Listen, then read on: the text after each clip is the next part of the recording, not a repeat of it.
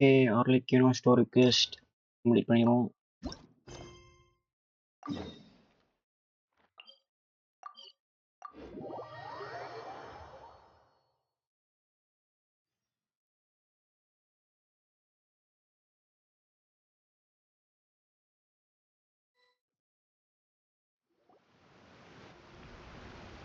Hey, traveler, Paimon.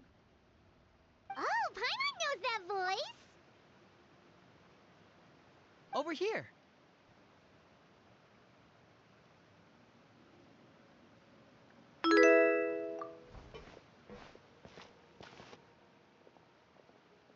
To borrow one of the more popular turns of phrase at the moment, this appears to be quite the fated reunion.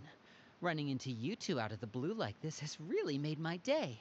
I certainly wasn't expecting it. You can say that again. What brings you to Poisson? Wait, Paimon's got it! You must be here for one of your magic shows, right? Actually, we've run into a bit of trouble on the home front, so Father arranged for us to stay in Poisson for the time being. Oh, are Lynette and Fremine here too? Yep, along with most of the other members of the House of the Hearth. You may have noticed Poisson seems a bit more crowded than usual. So you're saying nearly the entire organization has moved to Poisson? Sounds like you've run into way more than just a bit of trouble. What's really going on? Well... Since the two of you are so curious, perhaps I can fill in the gaps. You scared Paimon half to death! Father, you're here. You know... On second thought, maybe we don't need to know? It's all probably super confidential House of the Hearth stuff, right? We totally weren't trying to pry or anything. No need to be nervous. I could sense your genuine concern from your conversation just now. Of course, I can also understand your confusion. Sending so many Fatui here to Poisson, it's only natural that some might suspect an ulterior motive to be involved. I understand.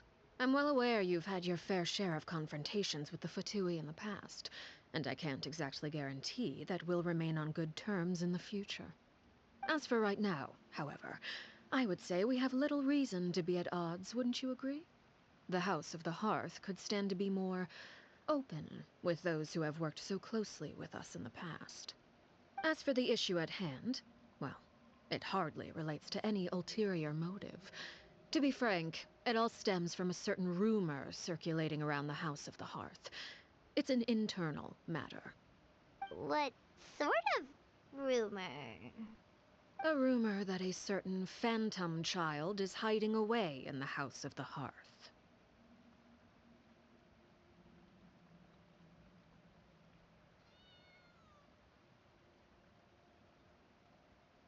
A phantom child? Ooh, just hearing the name is giving Paimon the creeps. A spirit that should have long ceased to exist is lurking in the shadows of the House of the Hearth.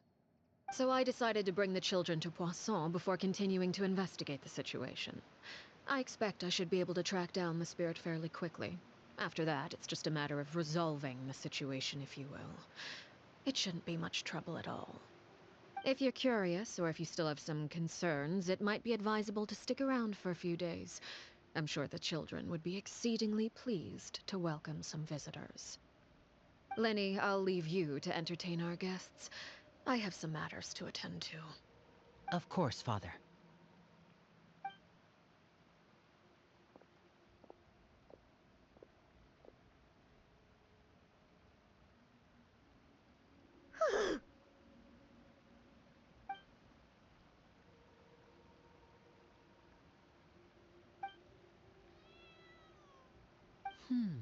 It has long been a dream of mine to invite you to our home and introduce you to my other siblings. You're quite well known in the organization already. A lot of people have been talking about you, especially after everything with the prophecy. If you're willing, why don't you stay a while and have a little chat with us? Alright. We don't have anything else to do right now anyway. But let's be clear, we're just gonna be there as guests, okay? Don't get any funny... Oh, wait a second. For your guests, that probably means we'll be treated to lots of yummy food, right? Of course. During our stay in 𝙂𝙚𝙣𝙣, we've been helping out the locals with some fishing. We bring in quite the bounty every day. In fact, today's the perfect chance for me to show you what I can do in the kitchen. Let's go. I'll take you to where we're staying.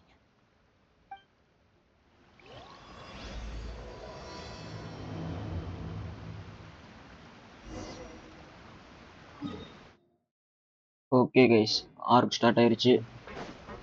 Arc 1. விருந்தாளியாக நம்ம அவங்க வீட்டுக்கு போகிறோம். மீன் பிடிக்கிறத பற்றி ஏதோ பேசிகிட்டு இருந்தாங்க. கீழே போகணுமா? Follow the wind. We rented this house from one of the locals to use as a temporary base. I'll come back later and tidy up a bit. After that, it should be all ready for you to stay in tonight. Awesome, thanks! So, where are we off to now? Well, when I happened to run into you two earlier, I was actually in the middle of distributing some supplies. With this many people staying in 𝙂𝙚𝙣𝙣, we have to bring in outside supplies every now and then. I should probably make sure the rest of these provisions get delivered. Otherwise, people might start to get antsy. Okay, we'll come with. There are all sorts of rumors about your organization floating around out there. Paimon's not sure if she could even take a wild guess as to what's true and what's not. But now that we finally have the chance to see a day in the life of the house, we can take a good look at how you operate. Well, you're more than welcome to come along. Just follow me.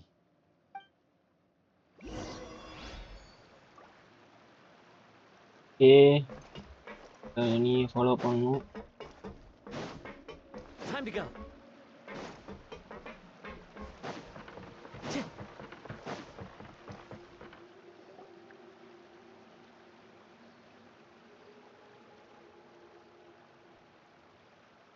Linny, you're finally here. The supplies. I'm assuming you've... Brought them with me? Yep, here you go. Hello? Something caught your eye? It's the Traveler and Paimon! No way!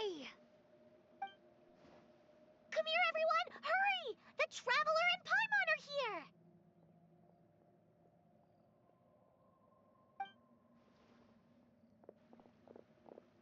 One at a time, please. Don't crowd around them all at once. We don't want to scare off our guests now, do we? Oh, it's all right! Gotta say, Paimon didn't realize we were this famous. Of course! Father and Linny have told us so much about you. Father told us about how you helped Linny. According to her, you're a trustworthy friend. And as far as she's concerned, that's pretty much the highest compliment we've ever heard her give. As you can imagine, everyone's been very curious about you. I heard the Traveler is so strong that he can move a mountain with his bare hands. I heard Paimon eats so much that she can clean out the entire pantry at Hotel Tabor in just 3 days. Wait a second! That's the rumor you heard about Paimon? Oh, not cool at all! Oh, wait! When guests visit, you're supposed to give them gifts and stuff, right? Oh, we don't need something like that. Besides, we don't have anything to give to you! Come on, we insist! I can give you some of my new potions. Just pick your poison. And by that, I mean medicine or actual poison. I've got both. Huh? Or maybe Shaplo can teach you guys about stealth! He's super good at it! He's never been caught. Ah, now that's not a bad idea. I know you usually prefer to fight head-on, but it never hurts to expand your bag of tricks, right? When it comes to eliminating your enemies, staying quiet can go a long way. Trust me, I would know. I was poisoned not too long ago, and I'm still dealing with the after effects. So I'm not quite as good as I was before, but I can still give you some pointers. Wait, when you said gifts, Paimon didn't think you meant poison and stealth tactics. But those are the best things we can give you. You don't like them? Ooh, how about this? Tell me the name of someone who really annoys you, and we'll teach him a lesson for you. All right, 𝙂𝙚𝙣𝙨, I think that's enough suggestions for now. When it comes to being a good host, it's the thought that counts.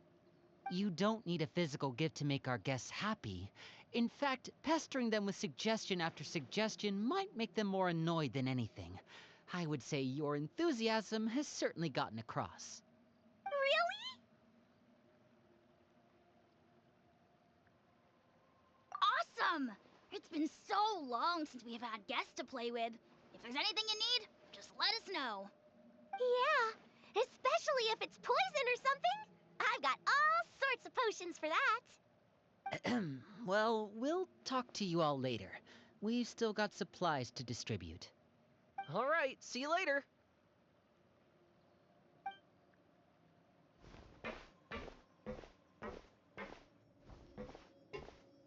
Bye!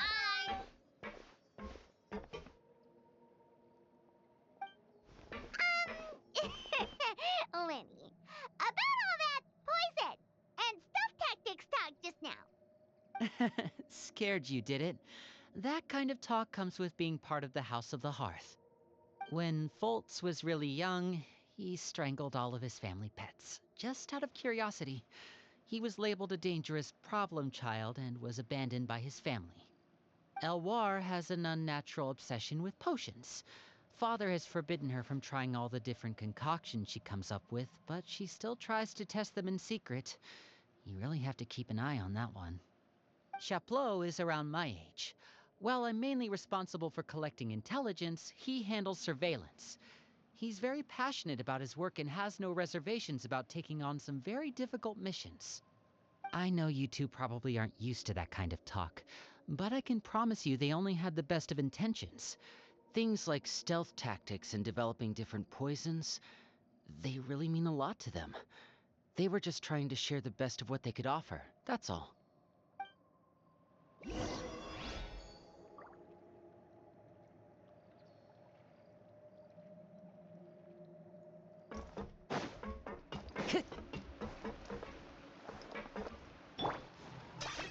Are you running away? Is this really necessary?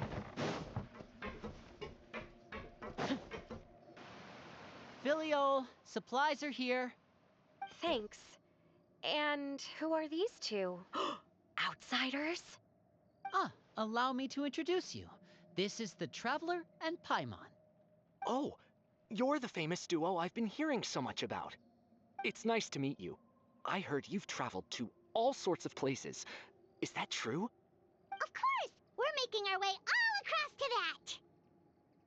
Oh, good for you. You must be pretty familiar with Fontaine by now, then.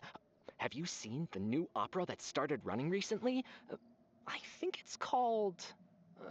The 4,000 Thieves? Oh, this is the first we've heard of it. It seems like it's going to be fantastic. From what I've been able to tell from the posters, anyway. You should definitely check it out if you have the time.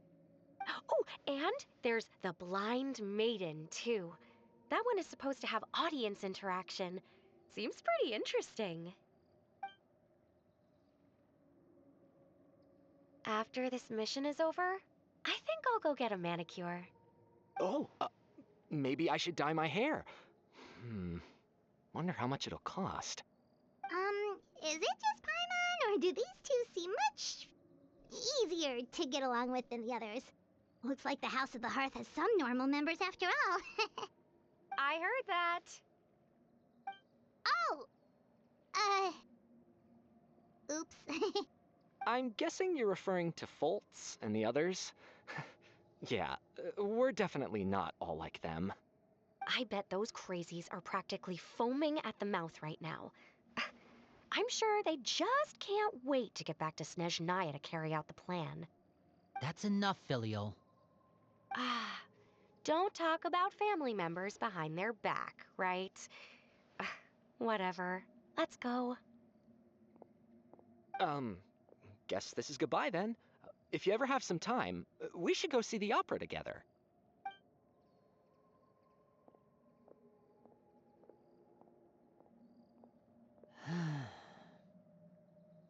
Well, that's it for the supplies. We should probably head back as well.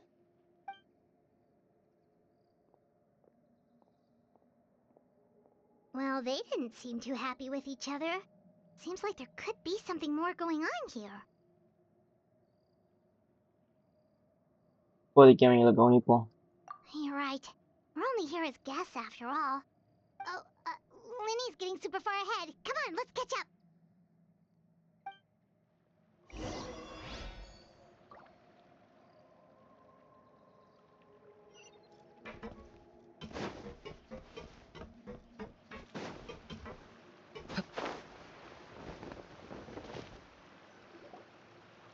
So, what do you think of the members you've met so far? Well, Father is always encouraging us to be strong-willed and independent. So if there's one thing we've got, it's people who aren't afraid to speak their mind. Well, I should probably get cooking. Wanna join? Of course! Then let's head out and... Huh? Fremine, what are you doing here? Well, Hey, nice to see you again! Oh, you too. I heard you're here as guests of House of the Hearth. Welcome. We were just going to make some food. Why don't you come along? I could use some help in the kitchen, and I seem to remember you mentioning you wanted to make seafood soup for the traveler in Paimon. Seafood soup? Oh, Paimon's drooling already. Were you looking for something just now, Fremine? Maybe I can help. It's nothing. I just wanted to see if there were any extra supplies. Yeah, we've got some left over. What do you need? Some food and water, and some clean cloth, if possible. No problem. Give me a second here. Food, water... Wait a minute. What do you need all of those for?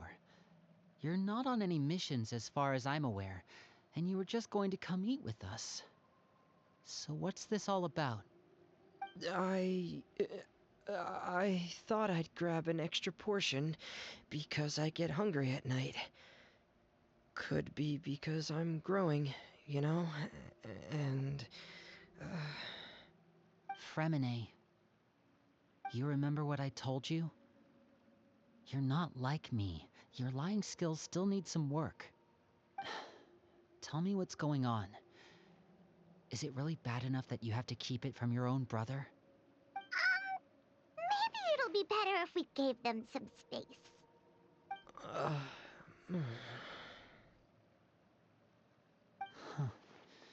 This is the first time I've seen that kind of look on your face.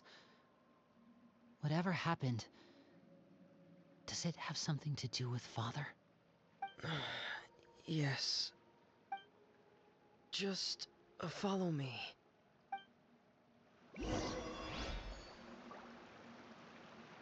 Okay, ஏதோ சம்பவம் ஆயிருக்கு என்று தெரிகிறது. ஆனால் என்ன என்று தெரியவில்லை. இங்கே மேலே போகணுமா?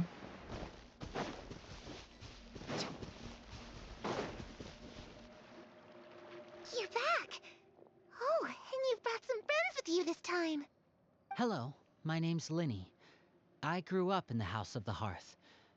And you are? Hi, Linny. I'm also a child of the House of the Hearth, just like you. You can call me 𝙭𝙂𝙣. Clairvy? It's nice to meet you. Does that name ring any bells, Linny? No, not at all. That's not a name we have on our roster, I'm sure of it. What I'm not sure of, though, is how she managed to sneak in. She must be the phantom child Father's been searching for. From the looks of it, I'm guessing you were the one that found her, Fremine. You, haven't told Father, have you?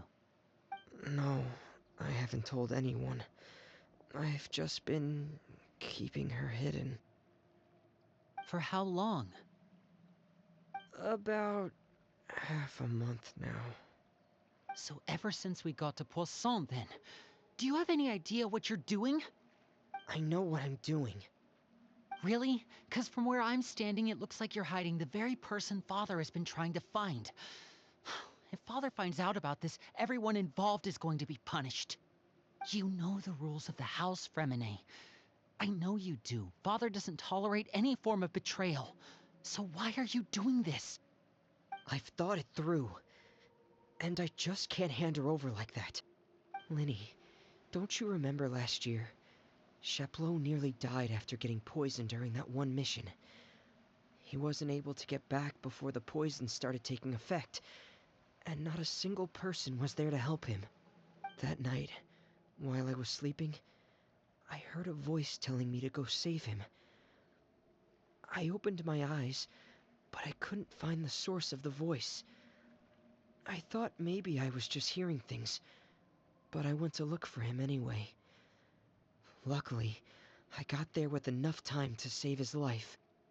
That feeling of being haunted, of hearing voices, it's happened many times in the House of the Hearth.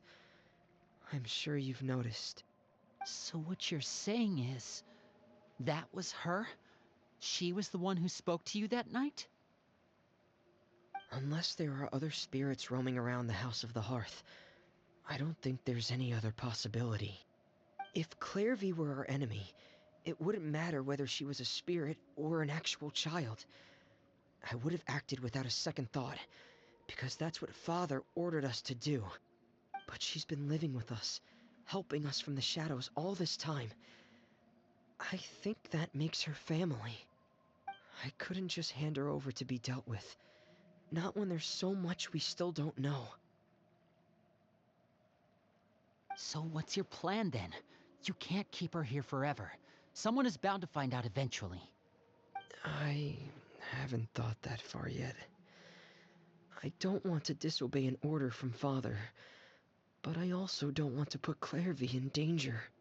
Come with me. There are a couple things I'd like to say to you in private.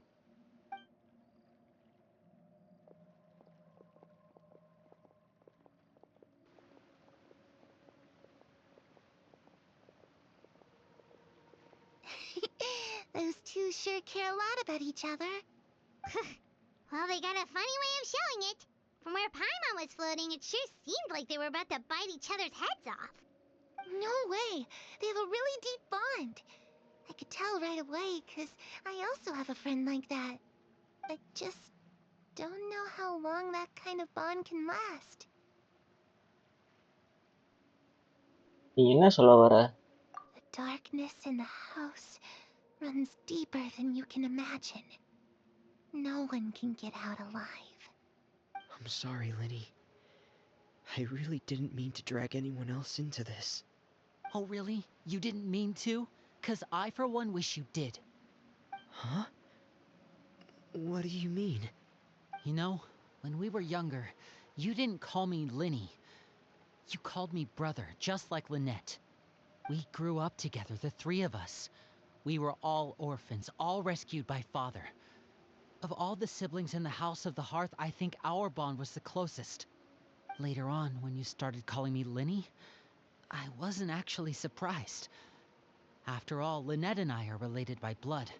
We've had to depend on each other to survive long before we joined the house. Linny, The darkest and most difficult moments of my life happened before you and I had ever met. I'm sure that's true for you as well. Even so, Fremine, we've stood by each other for all these years now, and to me, that means more than blood.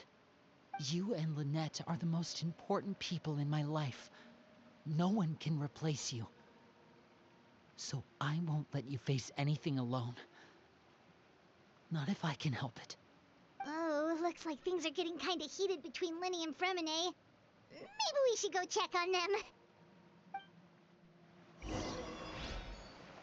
Oh, it's raining.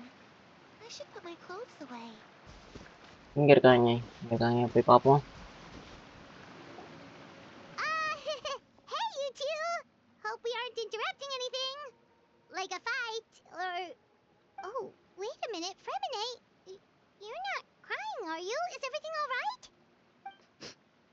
Everything's fine. Thanks for asking. Well, we're all friends here, right? We've been through so much together, so if there's anything we can do to help, just say the word. It's just a small family dispute. It's not something our guests should trouble themselves with. In fact, it might be better if your stay ended here. ஆனா சில நேரங்கள்ல விருந்தாளிகளும் வந்து உதவியா இருப்பாங்க தெரியுமா Lynette? What are you getting at, Traveler?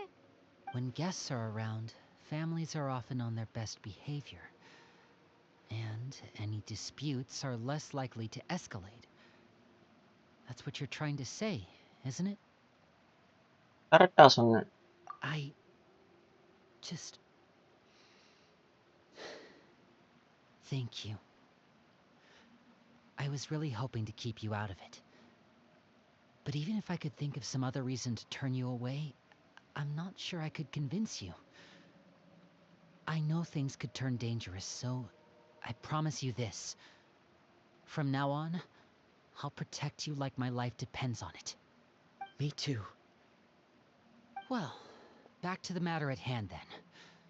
If we don't plan on handing Clairvy over to Father, then our only other option is to solve the mystery of her identity before Father is able to track her down. That means finding out where she came from and what she's doing here. Then we can send her on her merry way and pretend like none of this ever happened. I've tried that already.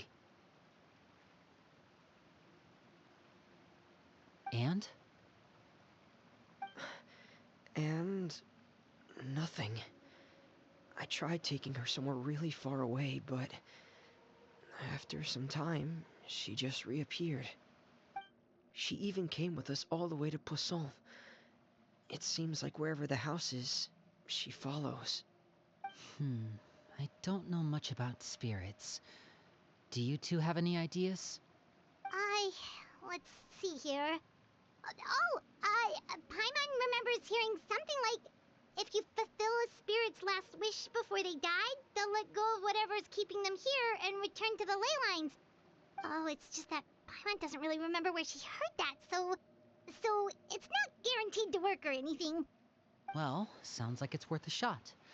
Guess that means we should go ask her about her wish. But first, Fremine, I need you to promise me something. What is it? I need you to promise me that this will stay between the two of us. We're the masterminds behind this whole thing. No one else gets involved. Can you do that for me? Of course. I promise. All right. Then let's seal the promise just like when we were kids. Fist bump on 3. Ready? 1, 2, 3. I swear.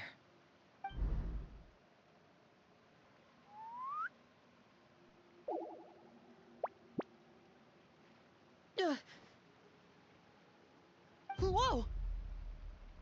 Lynette!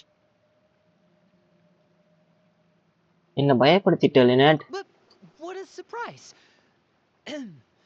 What brings you here, dear sister? And, when exactly did you get here?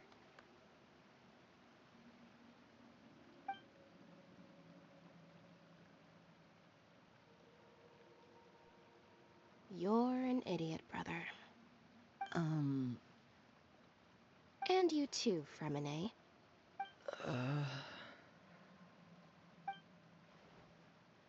You 3, Traveler.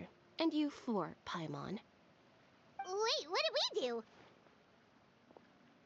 I've seen Clairvy around the House of the Hearth before. I hadn't seen her in Poisson, so I figured she must not have come with us. But it turns out, you were just hiding her. I heard you talking about your plan.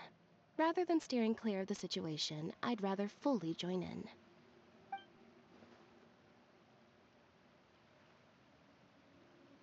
If you don't agree, I'll have no choice but to report everything back to Father.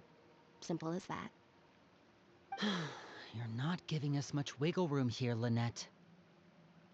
Well, I guess we're all in this together then. After we talk to Clairvy, we'll figure out our next move.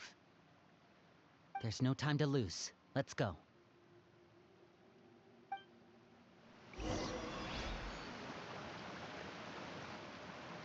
Okay, போய் அந்த குழந்தைகிட்ட பேசுவோம்.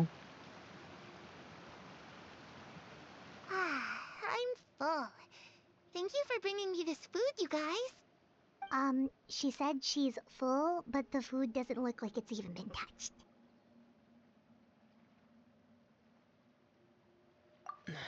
That's right. Based on what I've been able to observe, it doesn't seem like 𝙭𝙤𝙤 can interact with the physical world at all. Still, when she's presented with food, she'll always linger around it for a good little while. Maybe, in her mind, she really is eating those things. Does she know that she has already passed away? I've tried to ask her, but she didn't answer. My guess is that she's just as confused as we are. Or maybe she couldn't understand the question at all. 𝙭𝙤𝙤, if you've got some time, I'd like to ask you a few questions. Sure. Oh, another new friend. Hi, I'm 𝙭𝙤𝙤. Hello. 𝙭𝙤𝙤, how did you join the House of the Hearth? Huh? Isn't it the same for everybody? The knave brings you here and then you can't leave. It's just that your name, it's not on the roster. And I've never seen you before. The roster? Oh, I get it now. I think there might be some things you don't know about this place. The people in charge, they're not as nice as they look. They say they keep a roster, but it's not complete. There are a lot of people who aren't on it, and never will be.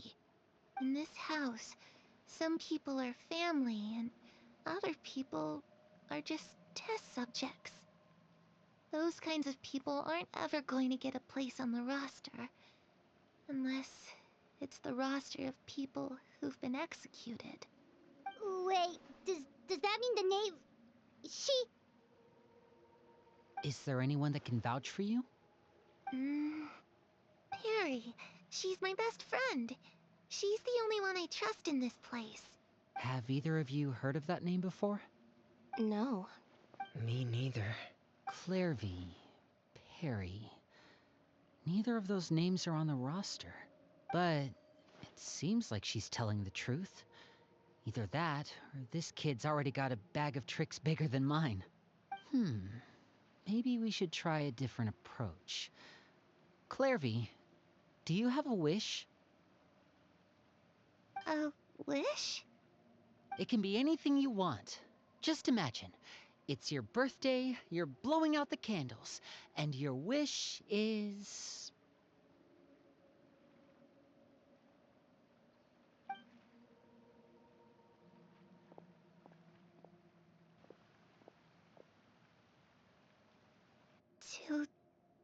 To go outside, where the sun can find me. That's... it? Well, that sounds easy enough. The darkness in the house runs deeper than you can imagine. No one can get out alive.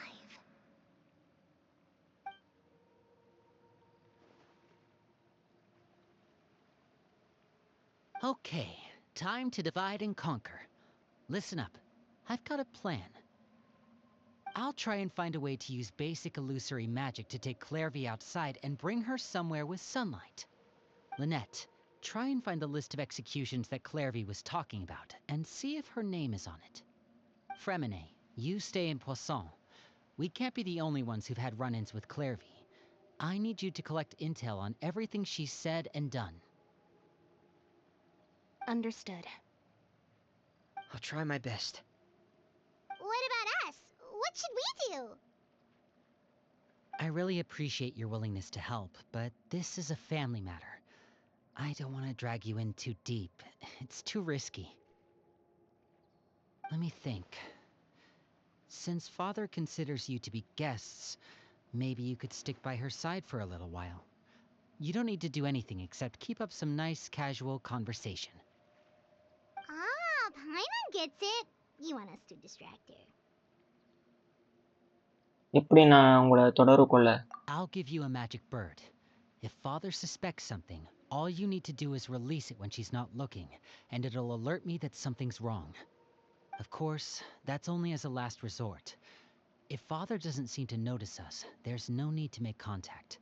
We'll reconvene here tonight after all's said and done. If the worst case scenario happens and we're discovered, just tell Father everything. We're not going to let our guests get punished for our own actions. That's where we draw the line. பத்திரமா இருங்க. You too. Okay, this is where we part. Father should be at the beach nearby.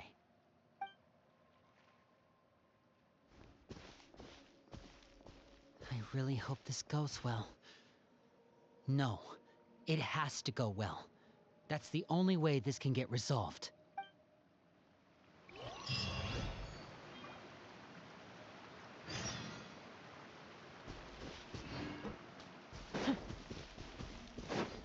பீச்சுக்கு போகணுமா?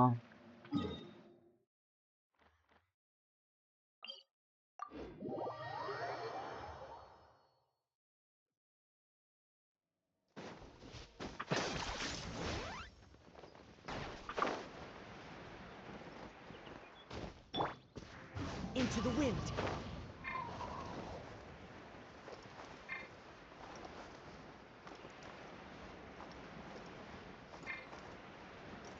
Yeah.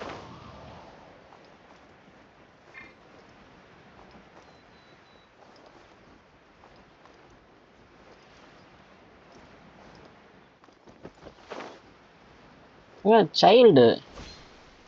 இவன் என்ன பண்றாங்க? It's the knave and child. Hey, aren't you supposed to be in 𝙭𝙤 recuperating? What are you still doing in Fontaine? Oh, it's you two. I didn't expect to run into you here. I was unconscious for quite a while after the fight in the Primordial Sea. After I woke up, I realized I was being taken back to 𝙭𝙤, and well, I couldn't have that now, could I? Not when I've still got unfinished business here in Fontaine. So, I mustered up all my strength and made the journey back on my own. What sort of unfinished business are we talking here? It has to do with 𝙬𝙤, my master. I really wanted to meet up with her, but by the time I got back, she had already left. I still have so many questions for her. Without any other leads, all I could do was ask the knave to help me track her down. She must have left behind some traces from her time in Fontaine. Oh, okay, so have you found any clues? Unfortunately, no. While the House of the Hearth is adept at collecting all manner of intelligence, certain existences can still manage to escape our purview. Basically, unless Master feels there's a need to meet with me, she's not going to be found. But that problem has an easy fix. I just need to become stronger, and then... Paimon thinks you should focus on getting better first. The worst of it is over. It's all thanks to that one kid from the House of the Hearth. 𝙭𝙤𝙤, I think her name was. She gave me a bunch of random potions to drink. They didn't go down easy, let me tell you. Pain and chills all over. But they really did help speed up my recovery. And that's good, because it looks like I really do have to head back this time. The old man's been putting the pressure on me. He sent someone to tell me I'm needed for some sort of project. Project 𝙬𝙤? Yeah, that's the one. I heard Regretter's involved too. I'm not looking forward to having to listen to all his monologuing, that's for sure. Hey, maybe you could think of a way for me to stay in Fontaine for a little longer. Helping Lyney and the others brush up on their fighting skills would be far more interesting. If you and I could spar, that would be even better. I've been waiting for a chance to see you go all out. And what a sweet little daydream that is. But I also have a role to play in all this. I'll be leaving Fontaine shortly as well.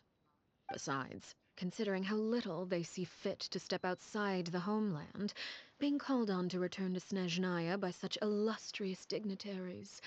What a great honor. Wouldn't you agree? One I could do without, I'd say. Is it just Paimon? Or does it kind of seem like they're...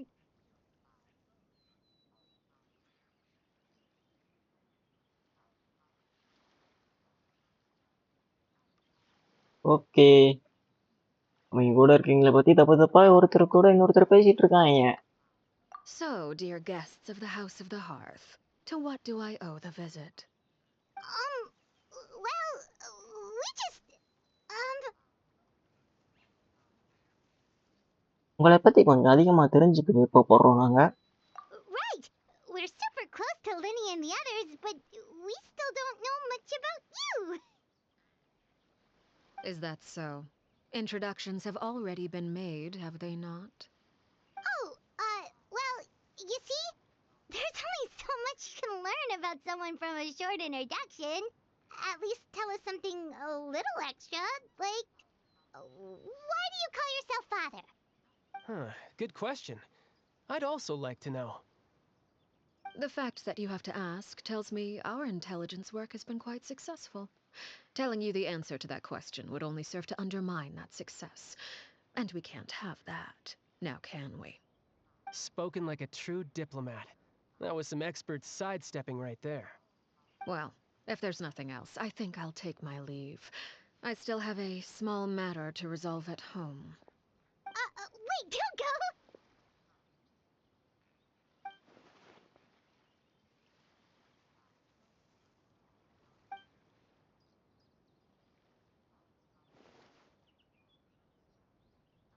உங்களோட house of ஹார்ட்ஸை பத்தி கொஞ்சம் எனக்கு விளக்கி சொல்றீங்களா? அந்த organisation இது மாதிரியான organisation அப்படின்னு.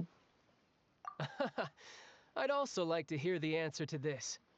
I've met some of the members of your organization, and they all seemed like really good kids. They actually reminded me of Tonya and 𝙬𝙬. Which, by the way, if you ever betray them, I'm just letting you know, I won't let you off easy. And why would I betray them? Well, you've already betrayed the House of the Hearth once, haven't you? At least, that's what I heard.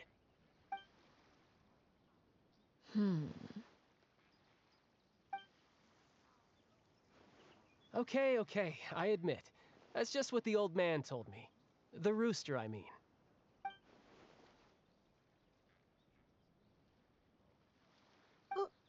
Wait, did you really do something bad to those kids? Never mind what I've done. I'm more curious as to what the mighty rooster had to say. Care to enlighten me? Well, nothing much. Just some stuff about you taking out many other members of the House of the Hearth, and even going so far to attack your own family. I see. Oh, based on your reaction, I'm guessing it's all a bunch of lies. Hardly. I don't appreciate his particular turns of phrase, but I suppose he didn't say anything untrue. Although, it would be more accurate to say that there is a certain level of prejudice involved, but I don't intend to clear that up just yet. Prejudice has a funny way of concealing the real truth behind certain things, an attribute that I find to be quite advantageous.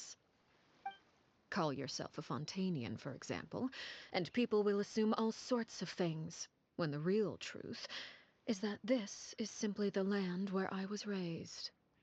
Huh? You're not actually from Fontaine?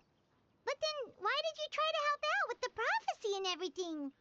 I was trying to protect the children born in Fontaine. Claiming that I myself was a Fontainian simply made it easier to operate. People would hardly suspect a fellow Fontainian of having any ulterior motives. Who wouldn't want to save their homeland, after all? The primordial sea wouldn't have any effect on me, but it would have caused great harm to the House of the Hearth. Well, you wanted extra information, didn't you? There you go. I hope that satisfied your curiosity.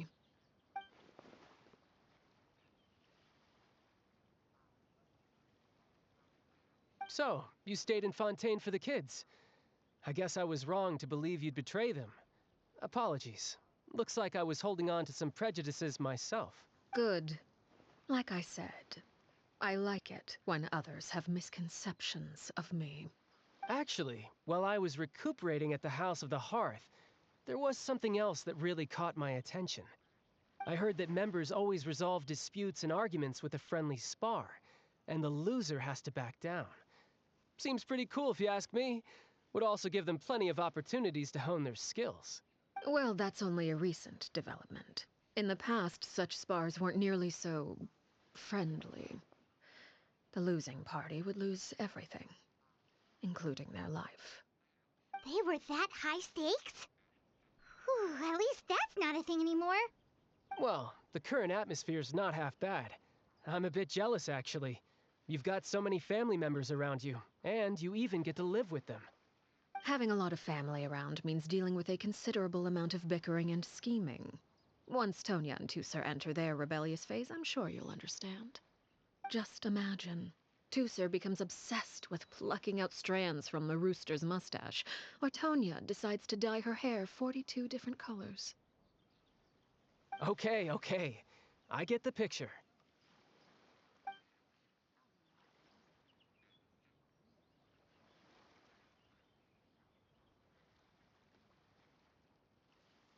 Well, would you look at the time? I should probably get going. Traveler, Paimon, I'm not sure where our paths will cross next, but the next time we run into each other, we should definitely try and find some time to spar. Again, maybe this is a conversation we can have when you look less like you're gonna keel over. All right.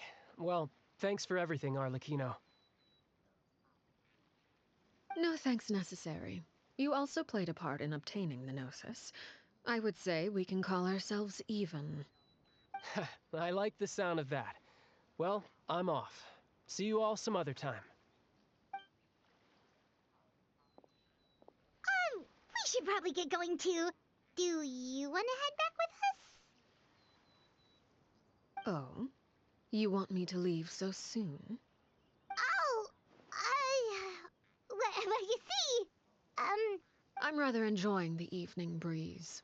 If you don't mind, I think I'll stick around for a bit. I have some things to think about. Apologies for not attending to you like a proper host. Please forgive this slight. I do hope you'll have a pleasant stay. we managed to keep her distracted until nightfall. Good thing Child was there to keep the conversation going. You don't...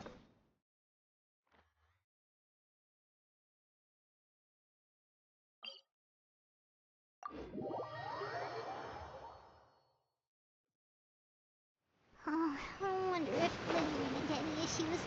Let's hurry back and see how everything went.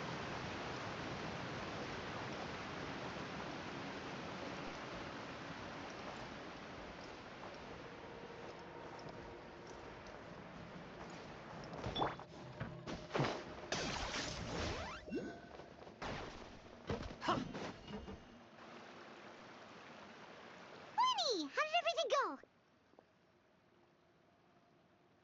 Well, long story short, we ran into a small issue. 𝙬𝙤 can't go into the sunlight.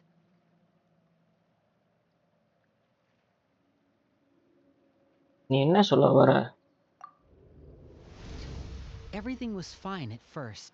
She followed me up to the surface just like I told her.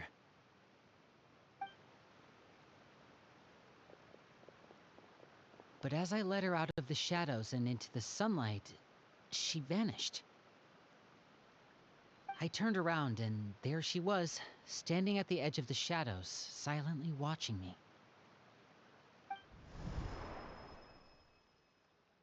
Huh. Maybe she's afraid of sunlight, or... No, it wouldn't be her wish if that were the case. Well, we could always try pushing her into it.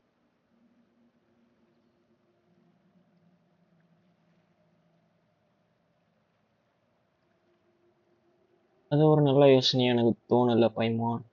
Oh, true. I've pretty much tried it all already. Nothing worked. Eventually, the sun went down, so all I could do was bring her back here. How did it go with you, Lynette? Good. I've got the list. It's right here. Really? Well, what are we waiting for? Let's take a look!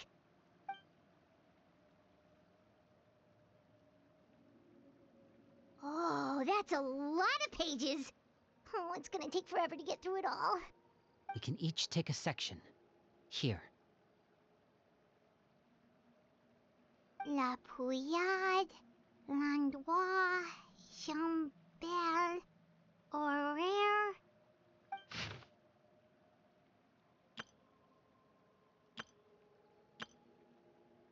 Oh, yikes. That Aurore guy has a huge scar on his face. He's kinda giving Paimon the creeps. Ah, I've met him before. The scar is from an injury he received during a mission. I still remember him joking with me about it. He said any future lover would take one look at him and then lose all interest. Did he say anything else? Well, I asked if there was someone he was interested in. He said no, and that's where our conversation ended. It was only later that I learned he really did have someone he liked. He risked everything to escape so he could be with her, but it didn't work. One day, Father asked to see him, and, well, I never saw him again after that. Wait, so that means the knave, she... It may seem cruel, but it's just one of the rules of the house. Betrayal is not to be taken lightly. We know too many secrets to come and go as we please. So, if you do try to leave, you pay with your life.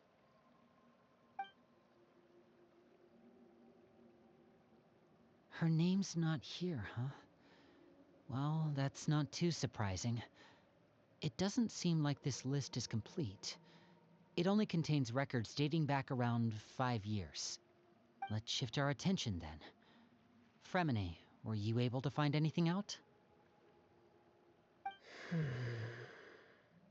Fremine.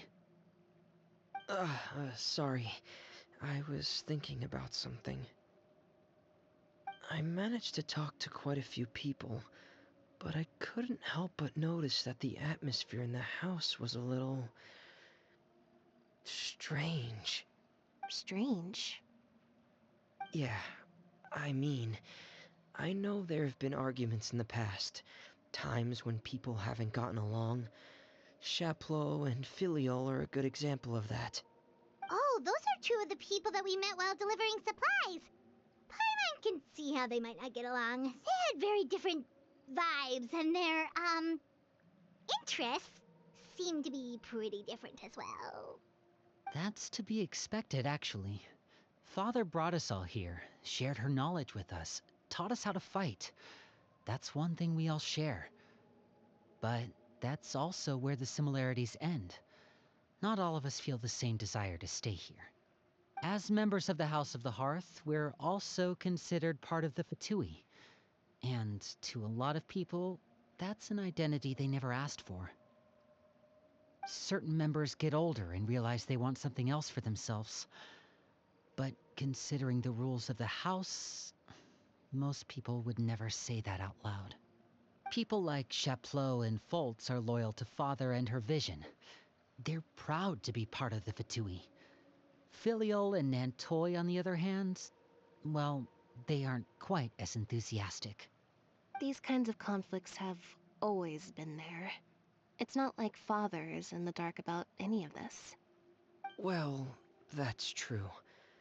But it just feels like things have gotten worse lately. 𝙭𝙧𝙀 and the others, it seemed like they were meeting in secret to talk about something.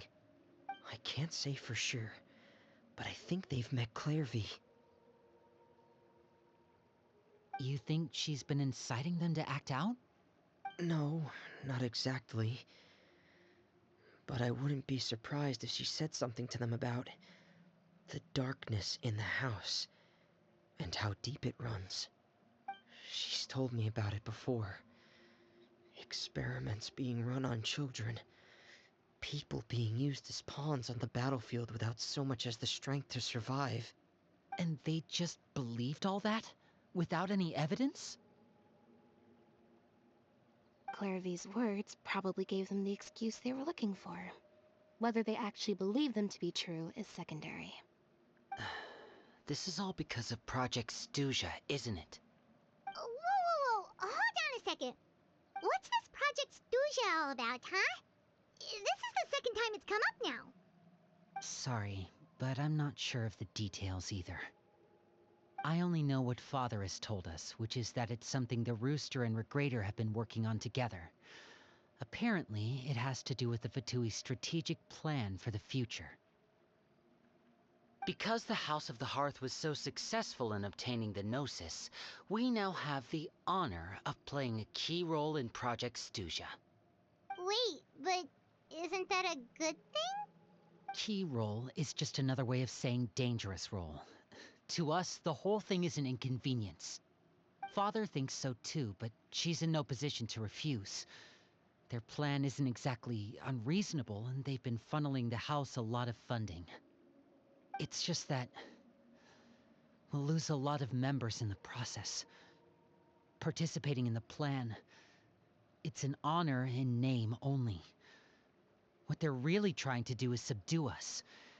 The existence of an intelligence organization outside their control makes them feel uneasy.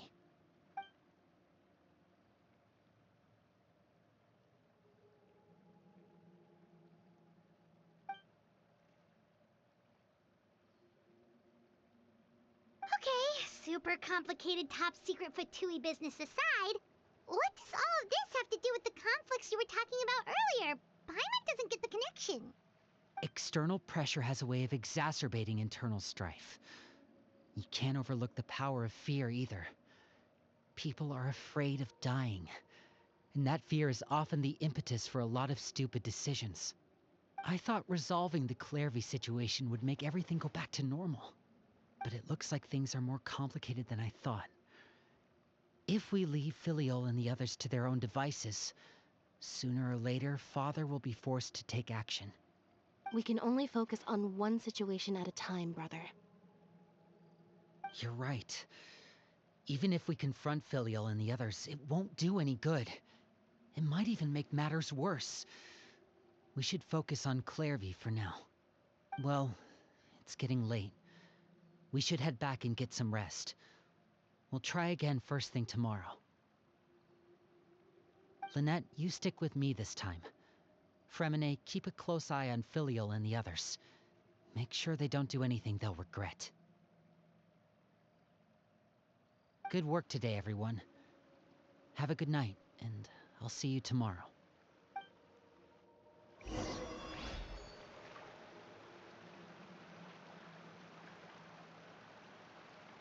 Okay, வீட்டு மேலே இருக்கு, வீட்டுக்கு மேலே போவோம்.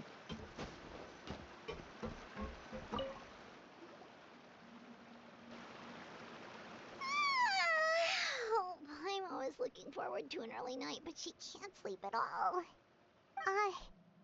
Hey, you don't think the knave will be too angry with Lyney and everyone if she finds out about all this, do you? She's even scary when she smiles. If she were to actually get angry... You have to protect Paimon if that happens, okay, Traveler?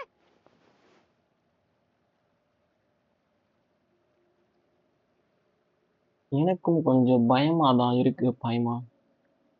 நீ ஒன்றும் என் பின்னாடியே ஒளிஞ்சுக்க முடியாதுல்ல எப்பயுமே. Oh, well, in that case, we should just plan on running away. We'll grab Lyney and the others and we can make a break for it as fast as we can. Look! Look over there!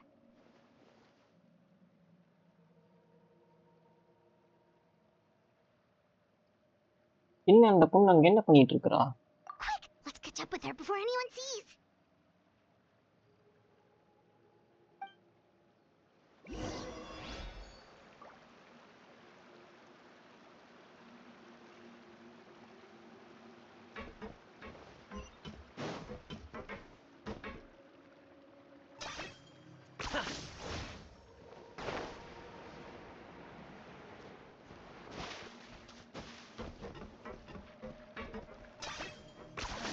You really are a one-trick pony, you know. Okay, மேலே ஏறணும்.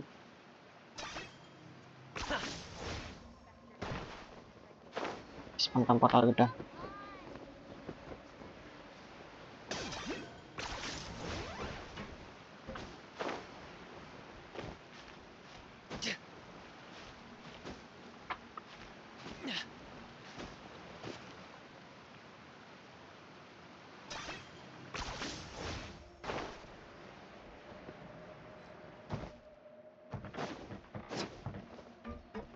Over there!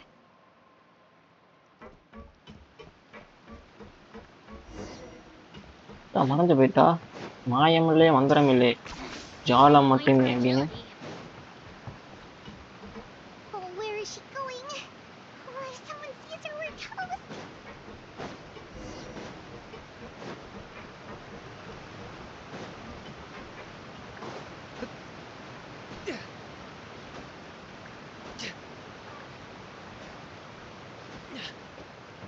Oh, look!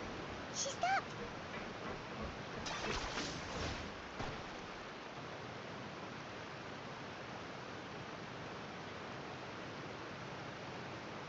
Clairby!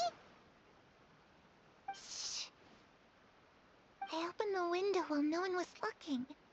Look how pretty the outside is.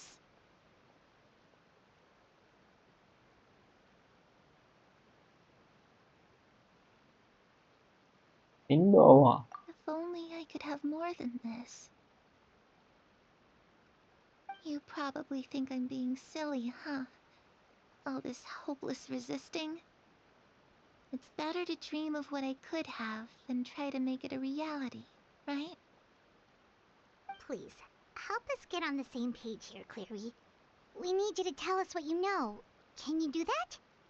Sure. Although, after you hear all this, I think you might regret that decision. Everyone in this family is nothing more than a tool. Something to be used and exploited. We're all expendable. Including me. As long as you're useful, you get to stick around. Lose your value. You're handed over to the doctor, experimented on, and given a fate worse than death. I've seen it happen again and again, and I've had enough. You're saying the knave did all that?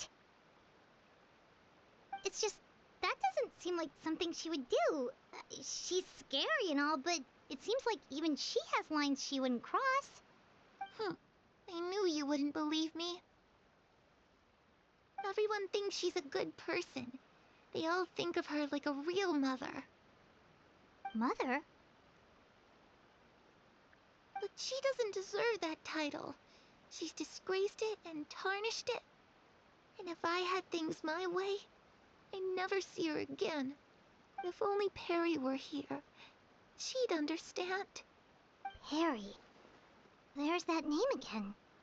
Also, Paimon's getting a strange feeling. It almost feels like she's not really here with us. Paimon can't tell if she's actually talking to us or if she's mistaken us for someone else.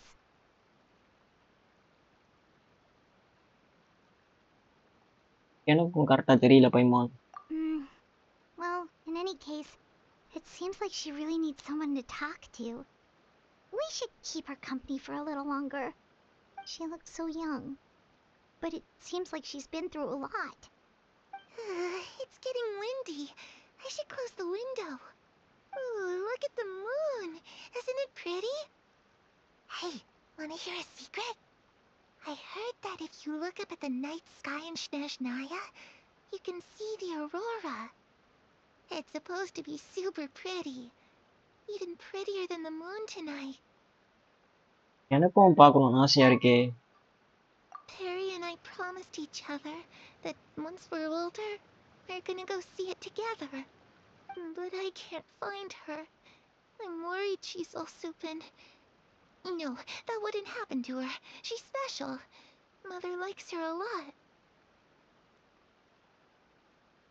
I should really go talk to Mother, but we just fought. She doesn't want to see me, and I'm too scared to face her. What should I do?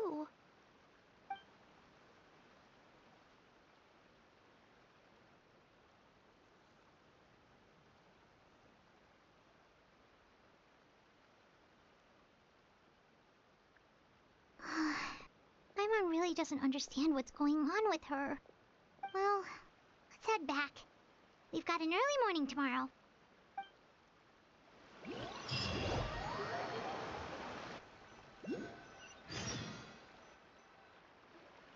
All right, looks like we're all here. Let's go ahead with the plan. எனக்கு ஒரு கேள்வி இருக்கு. Oh?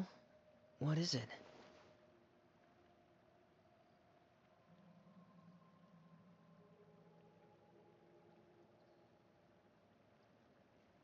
ஆமா, உங்க அப்பாவும் அந்த டாக்டரும் எப்பயாவது ஒண்ணா சேர்ந்து ஏதோ வேலை செஞ்சிருக்காங்களான்னு? What makes you ask that? Well, we kinda ran into Clairvy last night, and that's what she told us. We met the doctor back in Sumeru. He's super dangerous, and he's done all sorts of bad things. It's possible that Father and the Doctor have had certain dealings, but I don't think Father would work with him. We're not really on the same side, so there's not a lot of trust between them. That doesn't exactly set the stage for a successful partnership. I did hear, though, that when Father first became a Harbinger, the Doctor offered to work with the House of the Hearth. Father rejected most of his proposals, except for one. It had to do with some sort of secret experiment. Secret experiment? Could that be what Clairvy was talking about? I don't think so. I don't know any details about the experiment itself, but I do know it's an entirely independent operation. The Doctor only proposed a direction for the research. That was the extent of his involvement. I still don't think that counts as working together. The details of the experiment are confidential, but complete records are kept on all participants. That doesn't seem to be the case with the situation Clairvy referred to. I know you don't agree with some of the Fatui's methods, and I'm not asking you to.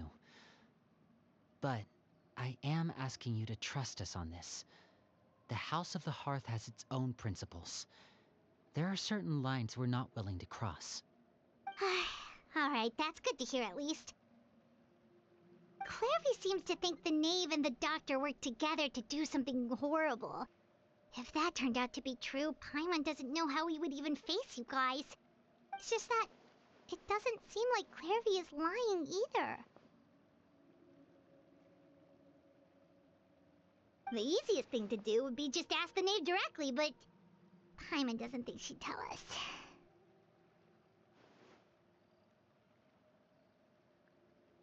இப்போதைக்கு நம்மளோட பிளானை கவனத்தை செலுத்துவோம். அப்புறம் இதை பத்தி யோசிச்சுக்கலாம். Father didn't come back last night. She's probably still near the shore. We'll be counting on you to distract her. Lynette, you're with me.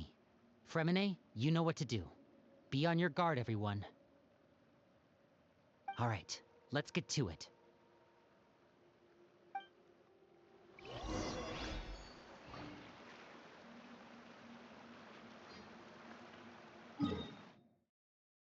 மீண்டுமா திருப்பி அவன்கிட்ட போய் பேசணுமாங்க?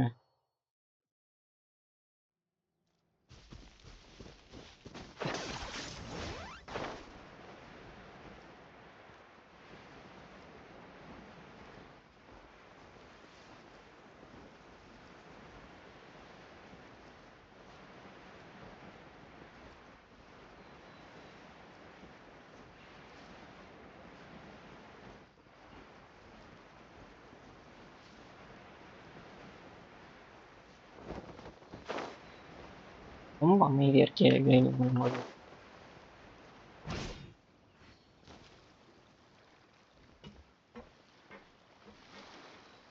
Ah, it's you two again. I must say, you look a bit pale. Did you have trouble sleeping last night? A little. Perhaps if you had less on your mind, you'd be able to absolve yourself of such troubles. So what are you planning to do now? Catch up on some sleep? Or should I give you some time to rack your brain for a topic to discuss before I ask any questions? Although I must profess to being curious. Without child here, how do you plan on distracting me?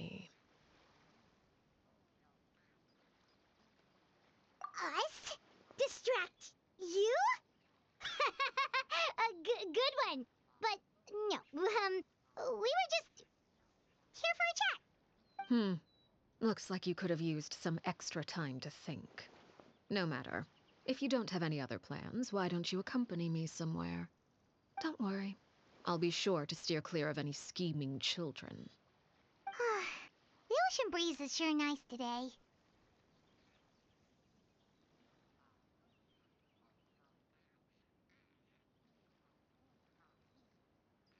அப்பா உங்களுக்கு எல்லாமே தெரியுமா? Children always think they can hide things from the grown-ups. But nothing gets past me. Least of all a little scheming. I think I'll let them have at it for a little longer. I can be very patient. Well, I'll leave you to think things over. If you're so inclined, meet me outside the 𝙭𝙚𝙣𝙨. Good things come to children who do as they're told. So I do hope you decide to tag along. If only for your friends' sakes. What should we do? She clearly knows about everything we've been doing, and Paimon doesn't think it'd be a stretch to say she was threatening us just now.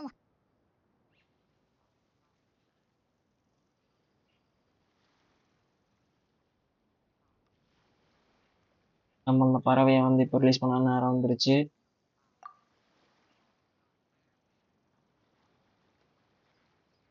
Oh, good idea. Hopefully he sees it in time. Well, we should probably head to the 𝙭𝙚𝙣𝙨. Paimon doesn't want to find out what happens if we don't show up. Based on what the knave was saying just now, it sure didn't seem like it'd be anything good.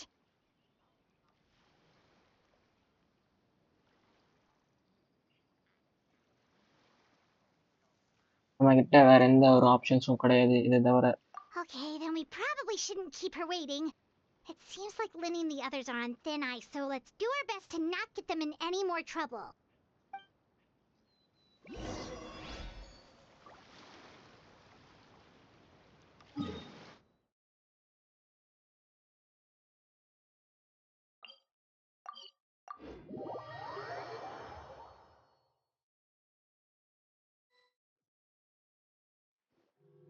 Seeing as we still have some time before my meeting, we might as well enjoy some pleasant conversation while we wait.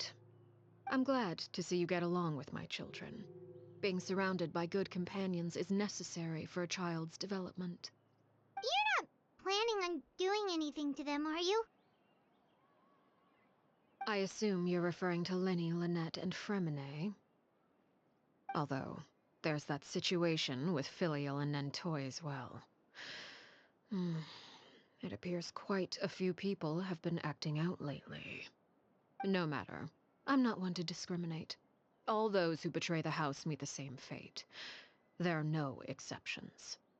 Does that mean you're going to kill them? Oh, are you here to beg for their lives? I'm sorry to disappoint, but the rules of the house change for no one. In my organization, everyone is responsible for their own actions.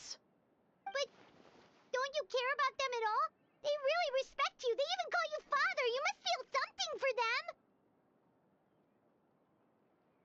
Any organization in which feelings come before principles is one destined for ruin. The House of the Hearth is hardly an exception. You could say our principles are more stringent than most. Perhaps I can offer you this consolation at least. As our guests, you two will not be held accountable along with them. வேற எந்த வழியும் இல்லையா அந்த பிரச்சனையை solve பண்றதுக்கு? I would imagine Lyney, Lynette, and 𝙭𝙗𝙣 will be able to keep their lives. As for Filial, Nentoy, and the others, I'm afraid there's little I can do. They can try to escape, but once you know our secrets, there's no getting out alive. But that's awful. Ah, you seem concerned. Out of consideration for my guests, I suppose I could turn a blind eye for a little longer. If Lyney and the others manage to dispose of Claire V in the meantime, all evidence of their wrongdoing will be lost. In that case, I could hardly punish them for something I couldn't prove. If their efforts are unsuccessful, on the other hand, all will be held accountable. And the punishment will be severe. அப்ப இது வந்து deal தானே? Of course. Oh, and here, I believe this belongs to you? Do try and keep better track of it next time. It takes a considerable amount of time to train a bird like this. It would be such a pity if you were to lose it. Permanently. Wait, where did you get that? Well, I'm afraid that's all the time we have to chat. Now, for the matter at hand. I asked you to meet me here because I have business at the 𝙂𝙚𝙣𝙣. It has nothing to do with you, but I think it would be prudent for you to stick by my side for the time being. There will always be time later to run off and tell 𝙀𝙀 what you've learned. Well, time to go. Looks like we wrapped things up just in time.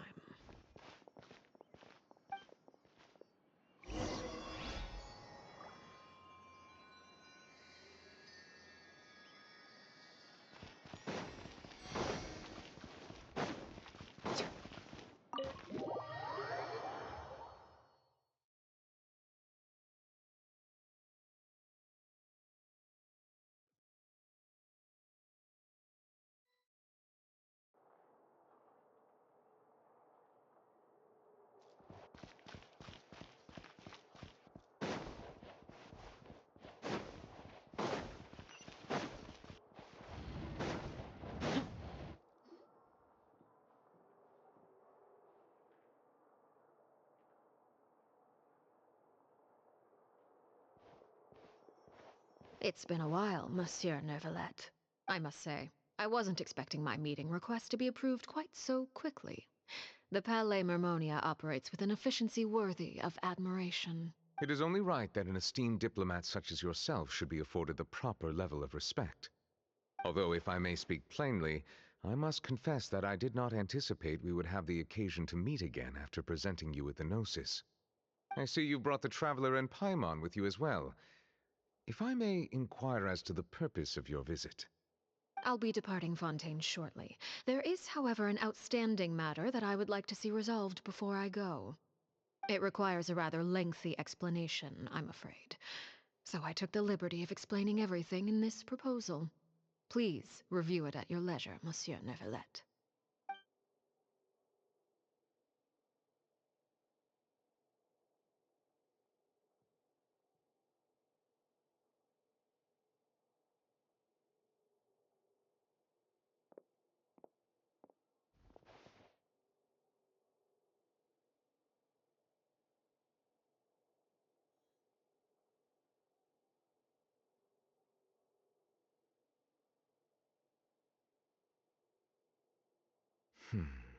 I understand your request. However, at the risk of causing offense, I must admit that I fail to see why you would wish for such a thing. I heard you have a certain fondness for water tasting, Monsieur Neuvillette, so allow me to use water as an analogy. A family is like a large body of water with countless rivers flowing in and out. As someone who watches over this system, I would hope that each river that flows from the source will eventually reach the ocean. Of course, objectively speaking, I know this is impossible. Most of the rivers will dry up along the way, disappearing into the ground and leaving nothing but a barren riverbed behind. Not all rivers are destined to reach the ocean, but I would not see their existence rendered meaningless. I believe the water that flows within them is simply meant for a different destination, like a field in need of irrigation. Or perhaps the glass of a certain water-tasting enthusiast. Did you get any of that, Traveler? எனக்கே புரியல பைமான். Your words paint an optimistic picture indeed. Allow me to remind you, however, few among us are willing to sip from a glass filled with tainted water.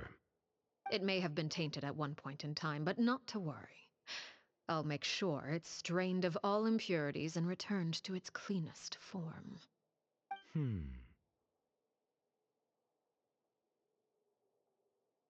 I seem to recall there being a transactional aspect to your proposal. Perhaps you could expound on that? If you accept my proposal, Monsieur Neuvillette, I will gradually withdraw my forces from Fontaine. And, unless absolutely necessary, I will no longer carry out any special missions within Fontaine. I presume I can take your words to mean that, in the future, cases similar to the Tartuffe assassination will cease to cross my desk? Tartuffe? Ah, that thief who embezzled funds from all those charities, you mean? My deepest condolences to his family, but without any evidence, I cannot imagine how the House of the Hearth might have been involved in his passing.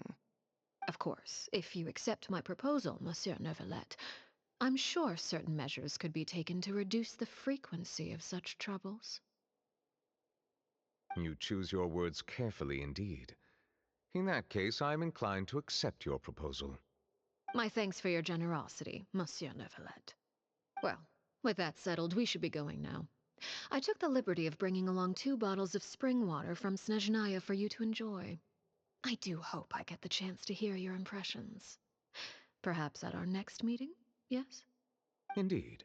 I trust you would not overlook your commitment in the meantime. All right, Traveler Paimon.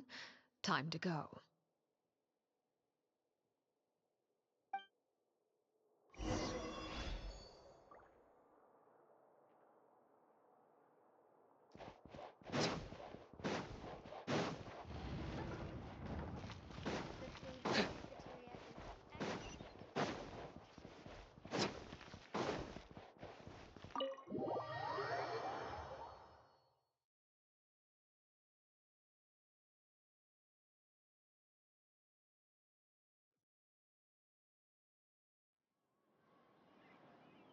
So, what exactly were you talking about back there? Paimon only heard you mention some rivers, a large body of water, and then some kind of irrigation scheme. You really want to know? I would imagine there might be more pressing concerns at the moment. Winnie, Paimon really hopes everything's going okay.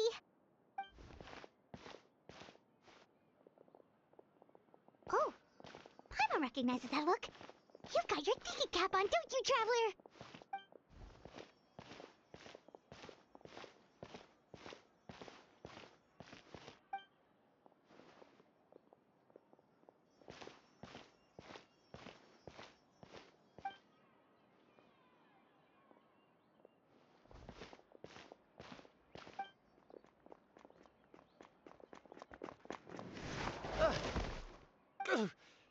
Oh, shoot.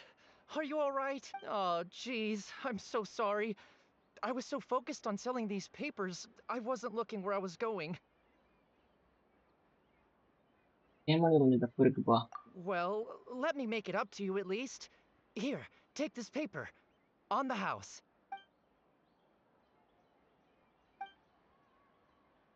Oh, you don't have to give us anything. Please, I want to. It's not like I'm short on supply. All the extras will be useless come tomorrow anyway. It's my fault, really. I was just trying to bring home some extra mora for the family, but I bit off more than I can chew. I haven't had many takers today, so I'm still swimming in papers. What's going on here? Nothing much. I just ran into your friend here on accident. I should probably get going, actually, so... Hold on. Of course, I'm happy to compensate you with mora, it's just... I don't have any on me at the moment. I'll take 3 papers. Here. Oh! Thank you for your patronage. May the Archons bless you with good fortune. If only I had the chance to run into such generous customers every day. I should probably just take on a smaller inventory though, right? I'm getting married soon, so sometimes it's hard to not get ahead of myself. Anyway, I should head out. Goodbye! Well, now that my affairs are settled, we should take the boat back to Poisson. We've even acquired some light reading to enjoy along the way. Actually, why don't we stick around for a little longer? Paimon just realized how hungry she is.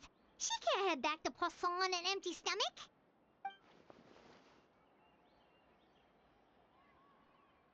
It appears you two are under the impression that delaying our return will somehow alter the situation in your favor. I'm sorry to ruin your fantasy, but your efforts are meaningless. That being said, I could be persuaded to give Lyney some extra time. I just have one condition. If you agree to my request, I'll even answer some of your questions. You're quite curious about 𝙭𝙤𝙤, are you not? And my relationship to her. Wait, why are you being so generous all of a sudden? You're not gonna ask us to do something bad, are you? You overestimate yourself. You don't have the talent for bad things. Then what can you possibly... The most important consideration in a negotiation is that both sides receive something they want. Demands and threats only get you so far.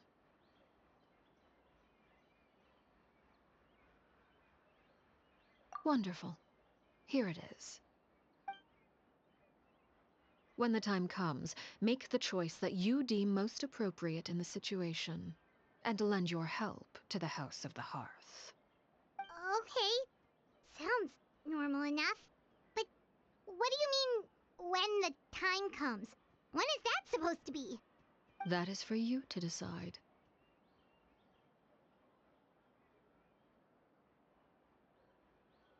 அதை ஏத்துக்கிறேன். Then we have a deal. Follow me.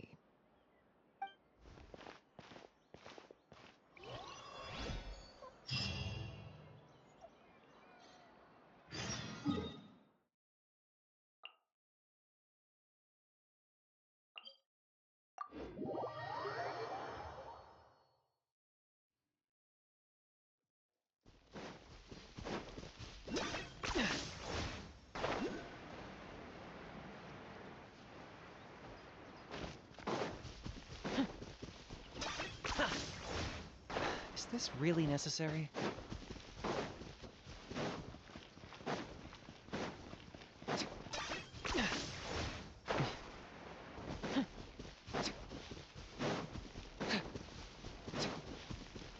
How about we explore the area ahead of us later?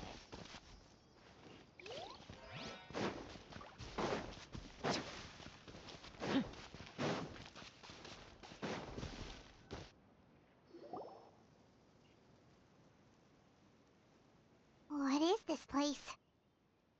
Somewhere long forgotten by everyone. It used to be a grand building. Now it's nothing more than a pile of rubble. No one comes here anymore, nor does anyone care about what once happened here.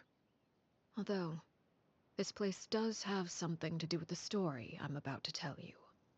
It was before I became a harbinger, and before Lyney and the others joined the House of the Hearth. Due to certain events, I first killed 𝙭𝙤𝙤 and then her mother. And this is where it all happened. You were the one that killed 𝙭𝙤𝙤? என்னடா Patience now. Allow me to explain 𝙭𝙤𝙤's side of the story first. I'll start from the beginning. 𝙭𝙤𝙤 was 6 years old when she was brought by her mother, 𝙭𝙤𝙤, to live in the House of the Hearth. From the outside, it seemed like a fairy tale. A thriving family made up of kind adults and friendly children. 𝙭𝙤𝙤 was the knave at that time, and the House of the Hearth was under her control. She was 𝙭𝙤𝙤's mother by blood, but she was also the mother to all the children in the house. 𝙭𝙤𝙤 was happy here, for a time. But she quickly realized that being part of this family wasn't a fairy tale at all. It was a kind of purgatory. Purgatory? Exactly. The House of the Hearth takes in war orphans from all over 𝙭𝙤𝙤. But as for how to raise them, that depends entirely on the person in charge. 𝙭𝙤𝙤 came up with a novel idea. She would teach the children to fight, force them to duel each other, and then crown as the king of the house the child who proved themselves most worthy of inheriting her title. It's difficult to estimate the number of children who died or were maimed in the process. There's little I can say about the ones who died. The ones that emerged with permanent injuries, on the other hand, well, they still served a purpose. They would be handed over to the doctor to be experimented on, or sent away on dangerous missions. Nothing more than tools to be used and then discarded. So those were the experiments 𝙭𝙬 was talking about. But what actually happened to her? You said that 𝙭𝙬 was 𝙭𝙤𝙣's daughter, so if 𝙭𝙬 tried to convince her to stop what she was doing, 𝙭𝙤𝙣 probably would have listened, right? Despite being 𝙭𝙬's mother, 𝙭𝙤𝙣 cared little for her daughter. She forced 𝙭𝙬 to join the House of the Hearth only as a means to demonstrate her own impartiality as a mother, to prove that she treated all her children equally. 𝙭𝙬 did try to convince her mother to change her ways, but it was to no avail. After her efforts failed, the only other option was to rise up and try to fight back. Unfortunately, the other children had already been thoroughly indoctrinated into the illusion of happiness 𝙭𝙤𝙣 had created. Of course, there was one exception. Someone 𝙭𝙬's age, who knew the truth about the House of the Hearth. Her name was 𝙭𝙬. Oh, யார் அது? Wait, the friend that 𝙭𝙬 mentioned? Friend, huh? I suppose we can call her that for now. 𝙭𝙬 was a cheerful and passionate person with a tenacious spirit. 𝙭𝙬, on the other hand, was rather cold-blooded. Her cold-blooded nature allowed her to see through 𝙭𝙤𝙣's facade. Yet, it was also this cold-bloodedness that prevented her from acting against it. At least at first. While 𝙭𝙬 longed for freedom, 𝙭𝙬 was convinced that, amid all the fighting and violence, she would make it until the end. Despite their differences, the two became fast friends, united by their knowledge of the truth. 𝙭𝙬 told 𝙭𝙬 that she hoped to create a real family, where no one would be killed or sacrificed. There may have been a certain naivete to her ideas, but 𝙭𝙬 proved her determination many times over. She tried countless times to run away, ask for help, or expose the truth. But her efforts only earned her beating after beating. The only thing that kept her going was her strength of will. Even with her body racked with pain, she would still stand on her tiptoes and open the window at night. She and 𝙭𝙬 would look out at the moon together, a fierce longing for freedom shining in her eyes.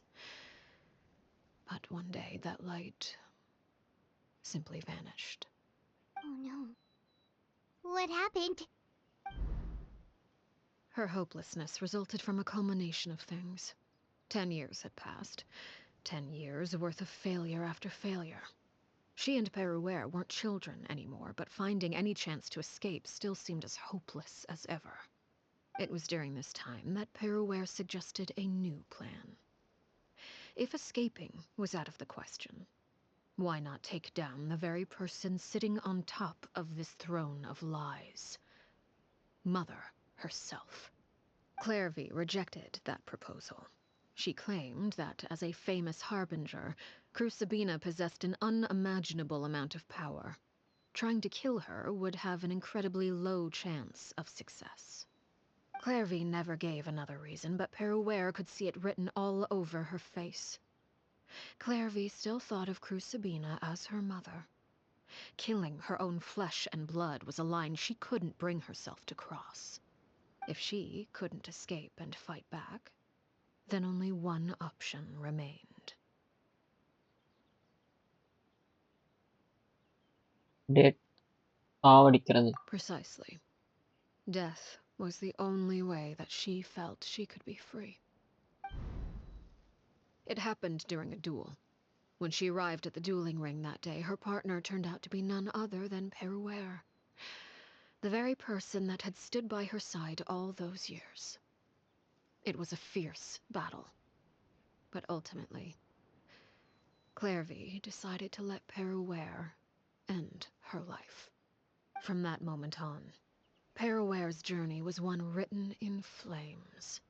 When the rain finally came and washed it all away, there she stood, the sole victor in Mother's endless game of slaughter. A trail of corpses strewn across her path to success.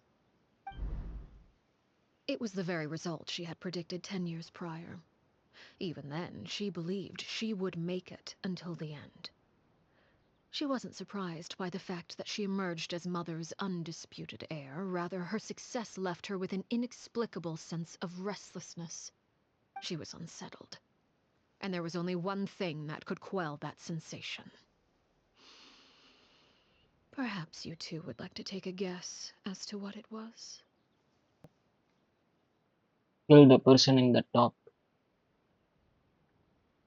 மேல உயரத்துல இருக்க ஆள கையால கொல்றதுதான் நிச்சயமா இருந்திருக்கும். 𝙂𝙚𝙣𝙨, you mean? But... Correct. This is the place where 𝙭𝙀𝙤 killed her best friend. A mere year later, this is also the place where she fought tooth and nail to kill the mother they shared. The moment she acted, any conception of what was right or wrong ceased to matter. It's one of the principles of the house. Only those who survive get to write the rules. 𝙭𝙀𝙤 won the battle, and became a harbinger herself. After which Her Majesty, the Tsaritsa, bestowed upon her a new name. Arlecchino. So the Perry Clairvy was talking about... It was you all along. You're 𝙭𝙀𝙤. Arlecchino is just a name you got later.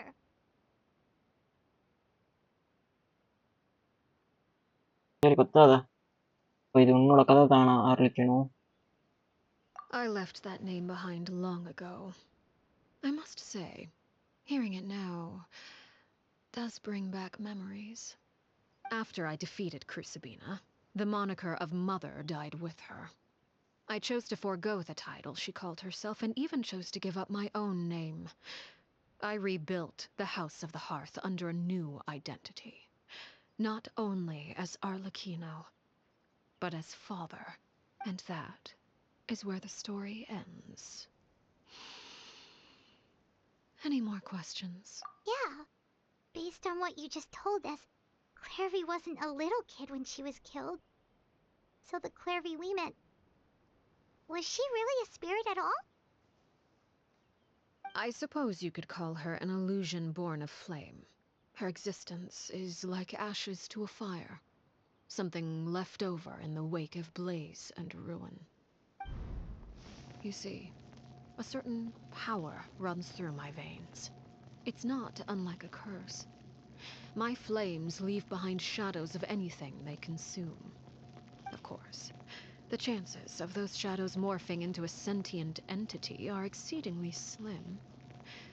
Clairvy is a very special case. Clairvy died when she was 16 years old, but what emerged from the flames was her 6-year-old self. Her appearance wasn't the only thing affected. Most of her memories were lost to the blaze as well. Memory is a mysterious thing indeed. Losing a portion of your memories will alter your sense of self.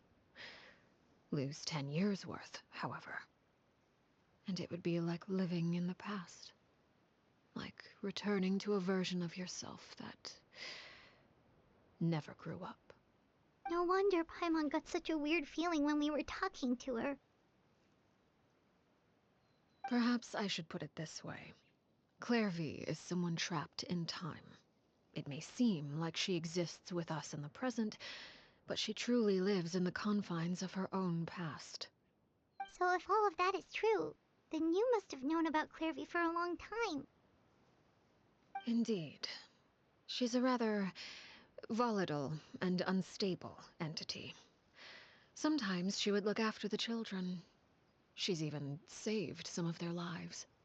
But other times, she would hide from me and become obsessed with revealing the truth about the house to anyone who will listen.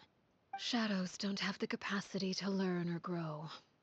Any new information they encounter is quickly forgotten over time. Your attempts to expose Clairvy to sunlight, they failed, yes? The reason is actually quite simple.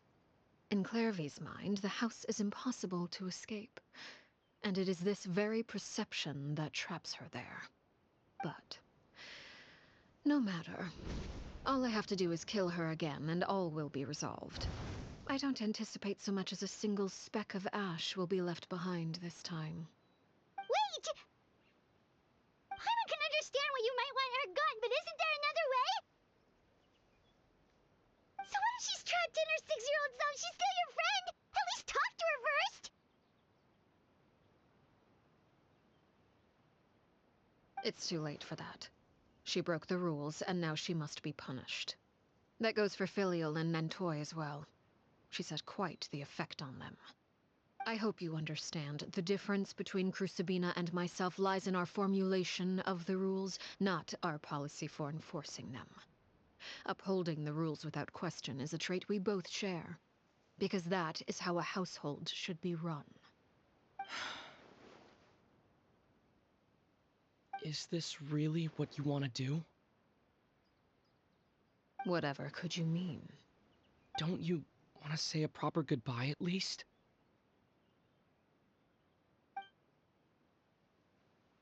Whether as a killer or as a father, there are two things that must be avoided at all costs: anger and sorrow. Anger makes you impulsive. Sorrow causes you to waver. Well, it appears it's about time to proceed. Before we arrived, I told some of my well-behaved children to bring our troublemakers here by nightfall.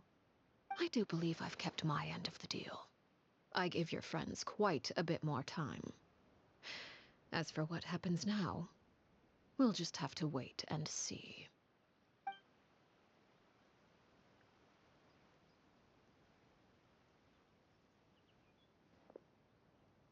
Here they are, Father. You gonna execute him?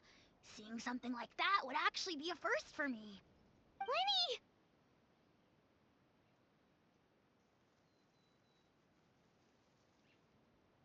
I'm sorry. I heard about how you helped buy us more time. But I still failed. I couldn't find a way to fulfill her wish. Huh? Are you... Perry? Indeed, it's been a while, Clairvy. Perry! Shh. Stay right there. I'm sorry to postpone our reunion, but first I believe certain scores need settling.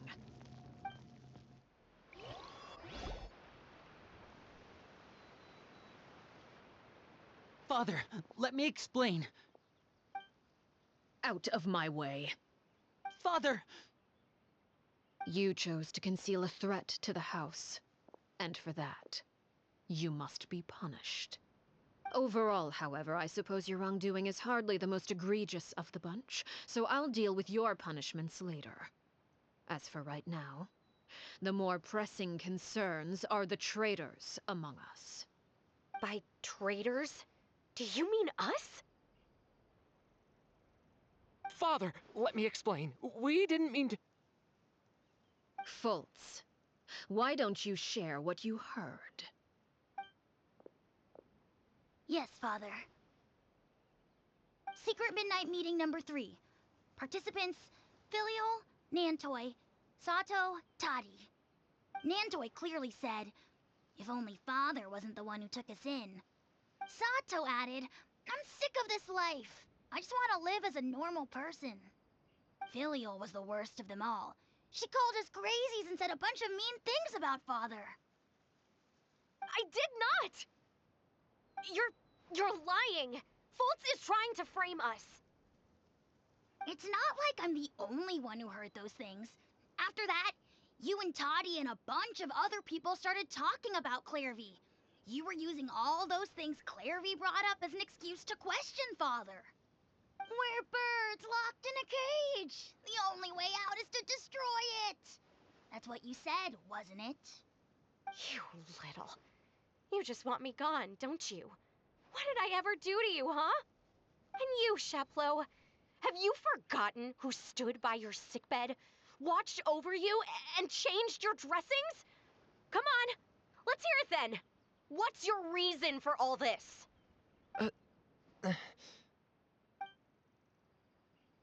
You're wrong, Filial. We don't want you to die. You're our family. Liar. You wouldn't be doing this if that were the case. So why? Why have you backed us into a corner? We all live in the House of the Hearth. You know the type of work we do, Filiol. A single betrayal can cost dozens of us our lives. It's not like it's never happened before. That kind of thing is hard to forget. That's why the House of the Hearth cannot tolerate any form of betrayal. Ever since we came to 𝙂𝙚, you've had 7 secret meetings. A lot of the things you talked about really crossed the line. You've been spying on us for half a month? Wait a second. Now that I think about it, the move to 𝙂𝙚 was just a way to make it easier to spy on us, wasn't it? Because we were all in one place. You've had this planned all along. Filial, Nantoy, I'm sorry. I owe you both my life. I owe 𝙭𝙤𝙤 too. If it weren't for all your help after I got poisoned, I wouldn't be standing here today. If this were any other situation, I would do anything to repay that kindness, even if it cost me my life. But rules are rules. I'm sorry. My hands are tied. Why? Why? That's enough, Filial. We made a mistake, and we should own up to it. We broke the rules, plain and simple. And now we have to face the consequences. I'm sorry, 𝙭𝙭. I'm sorry, Father. We accept our punishment. 𝙭, according to the rules of the House of the Hearth, how should these traitors be punished? All those who betray the house pay with their lives. And so it shall be.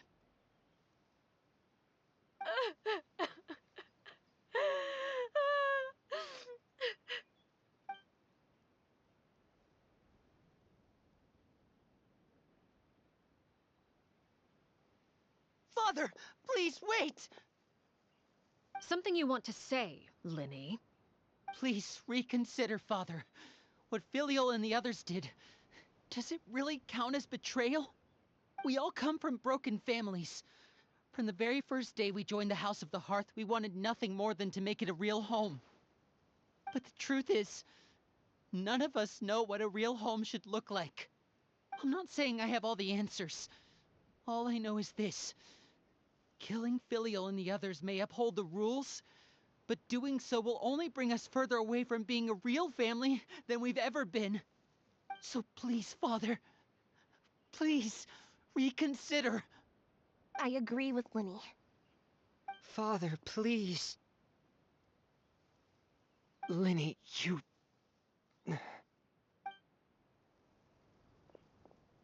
I also agree with Lyney.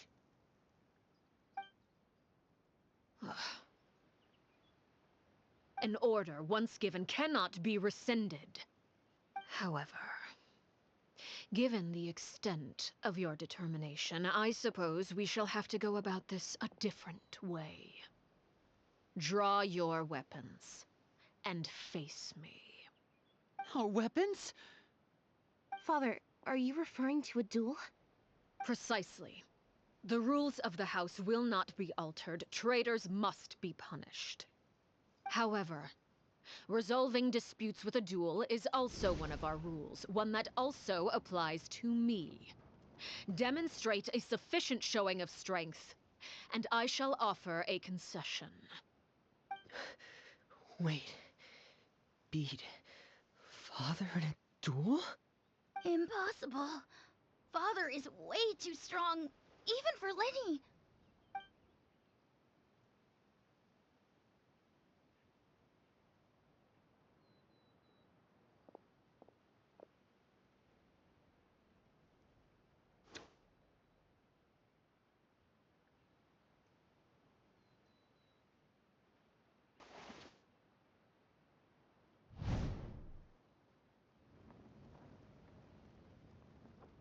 Did you hear that, Traveler?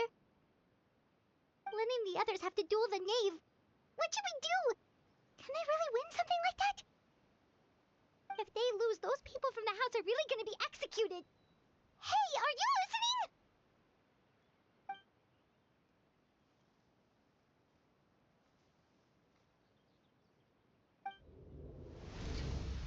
Don't you want to say a proper goodbye at least? Anger makes you impulsive. Sorrow causes you to waver.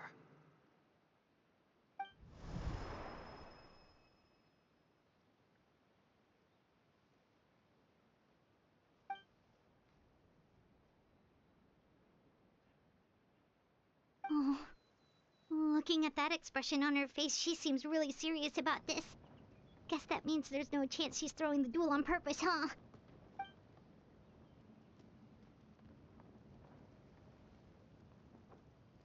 When guests are around, families are often on their best behavior.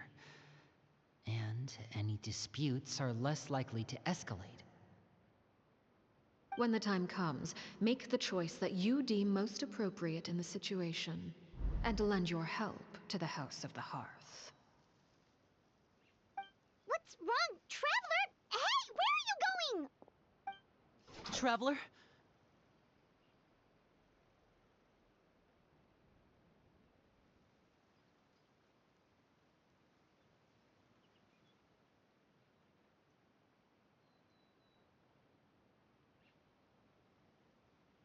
நானும் என் கையால் ஒரு ஃபுட்டுவிக்கு அவஞ்சரால் என்ன பண்ண முடியும்னு நான் பார்க்கணும். You're asking to join the duel against the knave? அது பரவாயில்லையா? I'll allow it. We do have a ready-made dueling ring at our disposal, after all. All I would advise is this. Keep a firm grasp on your weapon, and give it your all. Any less, and you may just lose your life.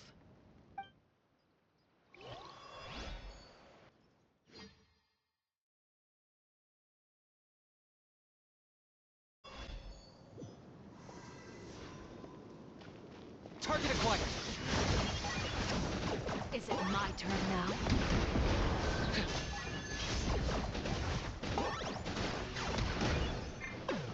Bow before your king! Closer now. Time to go. And voila!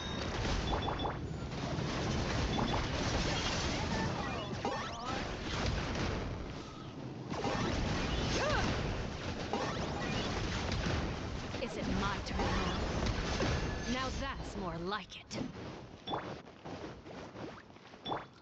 Hang in there!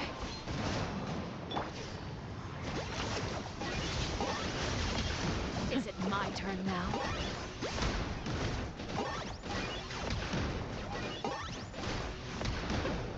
Closer now. Huh? Try to pace yourself. Spare your energy. Running is of little use.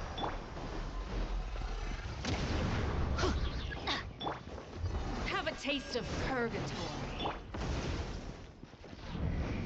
Adventure time! Now's our chance!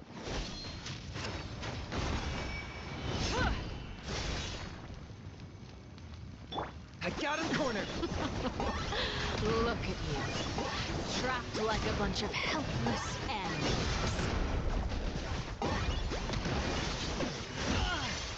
Over here! Is it my turn now? Nice and spicy! Spare your energy. Running is of little use. Off we go! Fallen, look out! The countdown has begun. Everybody Like a stand fly back! tangled in a Claim web. these souls! Target acquired. Your soul is sacrificed! With these rising flames. Forever! Now's our chance!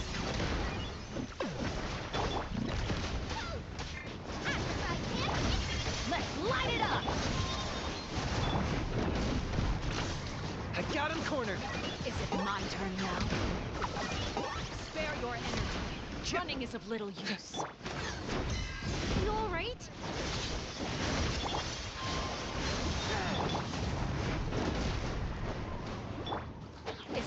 turn now? Not bad. You've proven to be a worthy opponent after all. Clouds high. Not bad. Birds call. You've proven to be a worthy opponent after all. Locked up. Is it my turn now?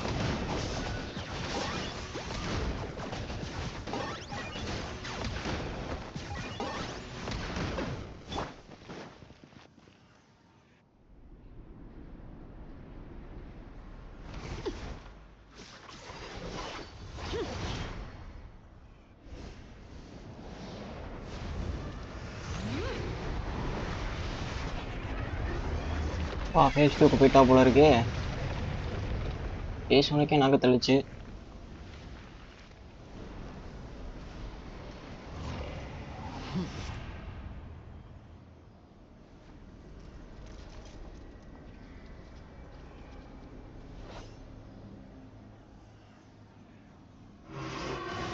Kindness has been seared away. My blade is all that remains. Now's our chance. Over here.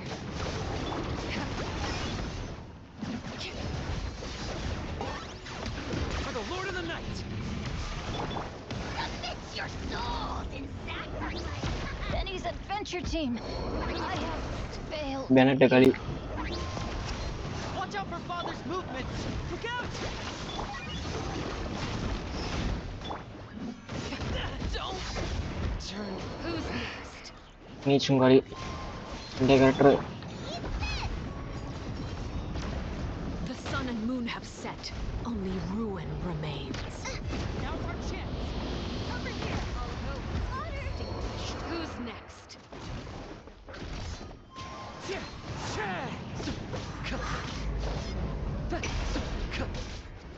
Your punishment made manifest. Watch out for Father's movements. Look out! Adorn my night.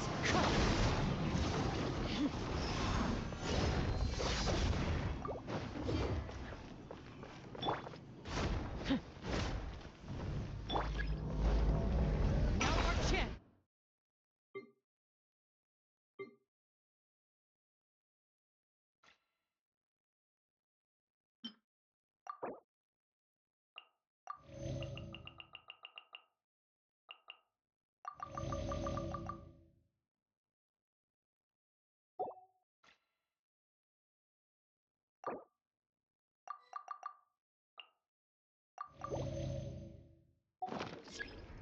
Over here.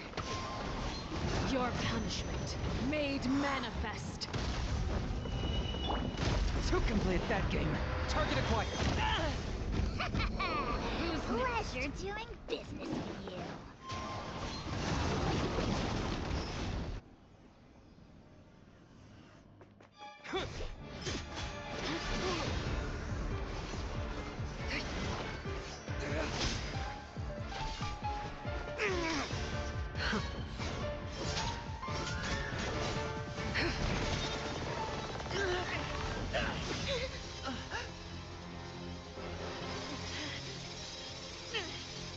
You should know better than to crowd in one place.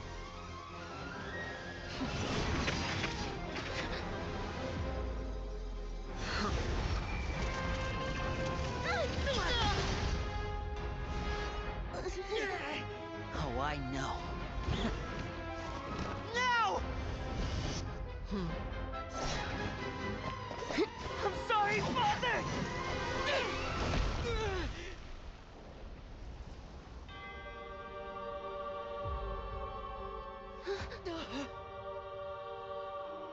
Sorry for what? This pitiful excuse for an attack.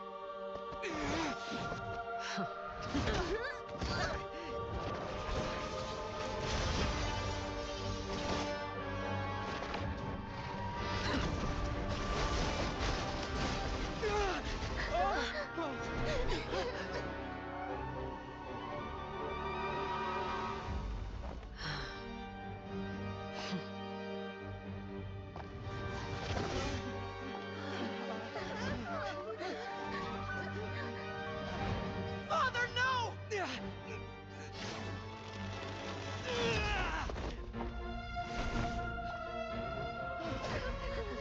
made it out, did you? You're stronger than I expected.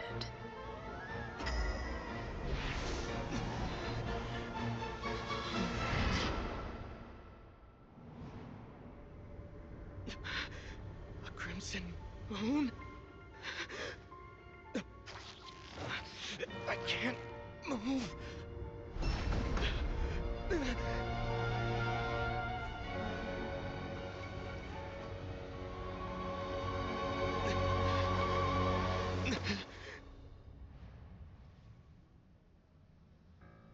Still, not strong enough to beat me.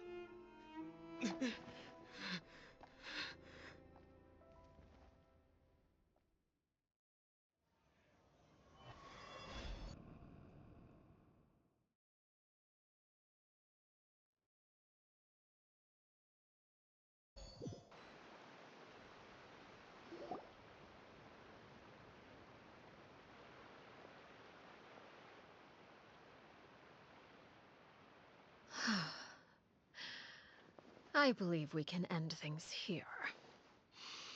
It's not often that we get to enjoy the company of guests, after all. We wouldn't want things to get too out of hand. Brother, are you alright? Lyney! Given that I am the victor of this duel, as agreed, the punishment stands. No! I never thought things would end like this. However, everyone involved in the duel demonstrated a remarkable level of strength and determination. In light of this, I'm prepared to change the method of execution.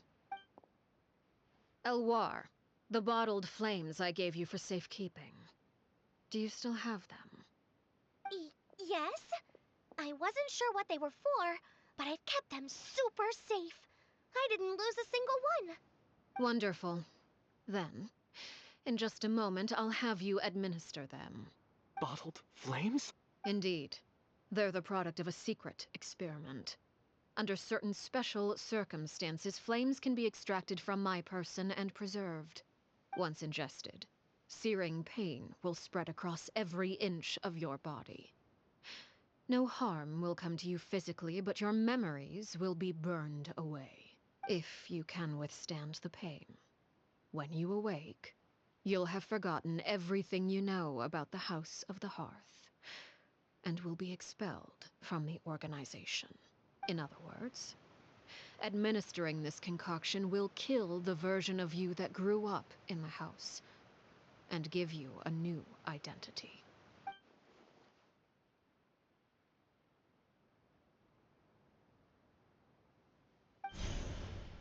Memory is a mysterious thing indeed.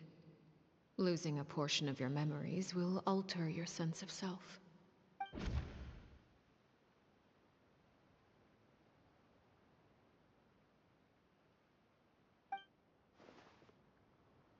So, you're just letting us go, Father? You misunderstand.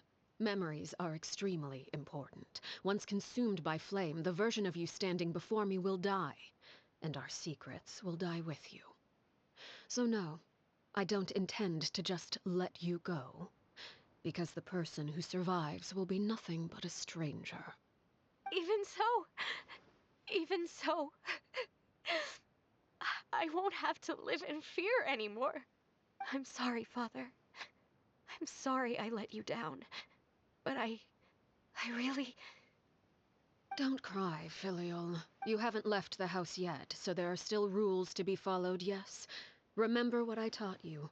Anger makes you impulsive, sorrow causes you to waver. Don't let yourself be controlled by your emotions. Of course. Dry your tears, and go pursue the life you really want. Yes, Father. 𝙎𝙬𝙤𝙤, Føltz, 𝙬𝙬𝙤, take them back to Poisson. And bring Lyney and the others as well.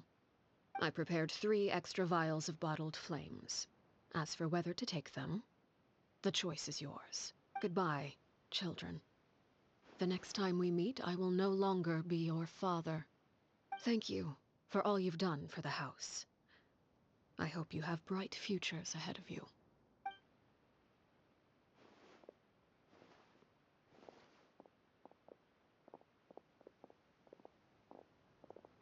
Father. Let's go.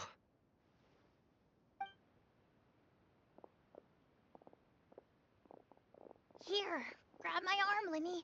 I'll help you walk back. Thank you.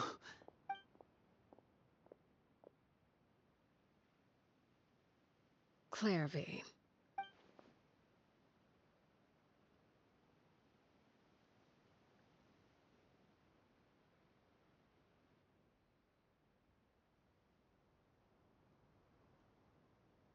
Can we talk now? I've been waiting for a super long time. You really are Perry, aren't you? I haven't seen you in so long. How come you're all grown up? Wait, did I somehow travel to the future on accident? Or am I dreaming? What a long dream. Neither. You died, 𝙭𝙬𝙤. That's what happened. You could have at least sugarcoated it a little. Look, she's done speechless. Oh. Okay then. Huh? That's it? You accepted it just like that? Yep. If that's what Perry says happened, then I believe her. Perry wouldn't lie to me. Plus, I don't really need to know why I'm like this. I'm more curious about what happens in the future. If you're a harbinger now, Perry, that means Mother is gone, isn't she? Can you tell me about it? I want to know what happened to her. And to me. You never stopped trying to defy fate. At first, no one believed you. You could only vent your frustrations to the moon. In fact, you often sought comfort in the night sky. You wanted to see the aurora, so one night we promised each other we would go to 𝙭𝙤𝙤 to see it together.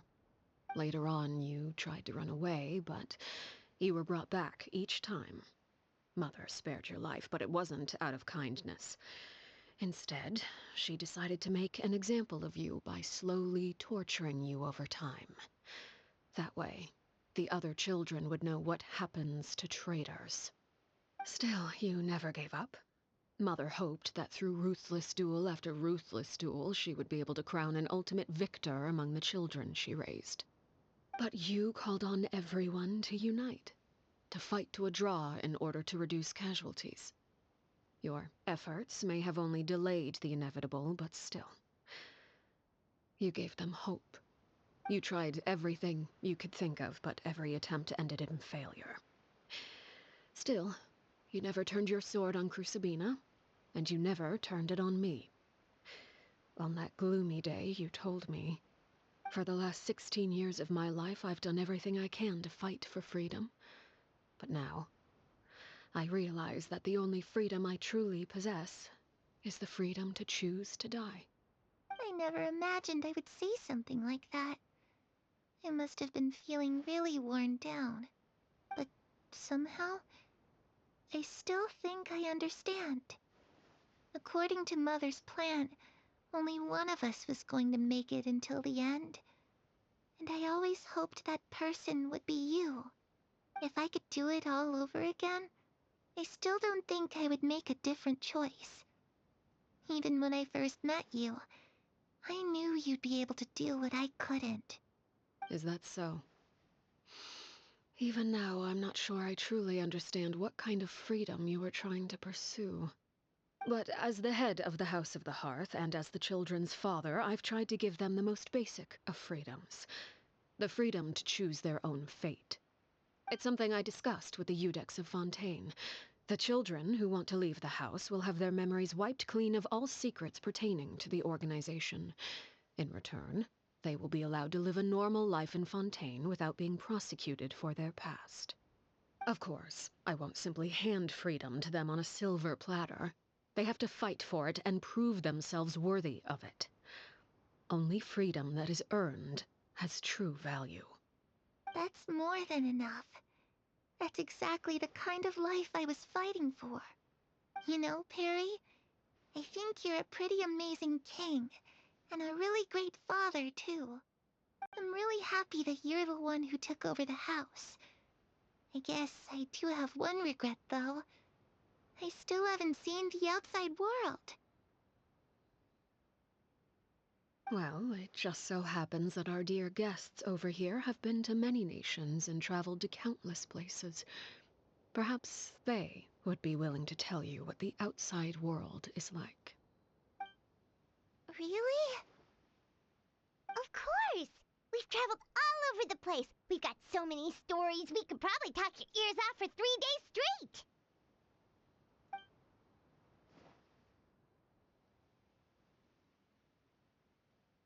I was always too afraid to skip Mother's fighting lessons. But at the academia, I bet you could do all sorts of secret things in class. Things that have nothing to do with studying. I'm just kidding. Being able to study whatever you want without having to fear for your life actually sounds pretty great. Those yokai you mentioned, what do they look like? I once saw a drawing of this one guy with horns on his head and a super scary face. Are there any yokai like that? Oh, sounds like you're talking about an Oni. Yep, we've met one, and let Paimon tell you, they're not nearly as scary as they look.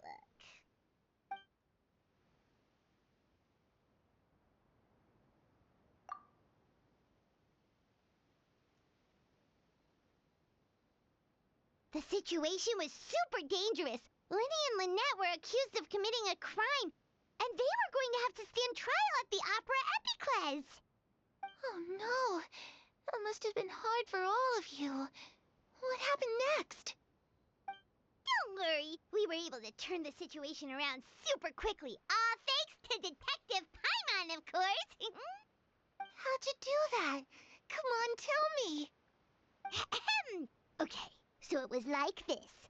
After the failed magic show, we rushed to the scene and...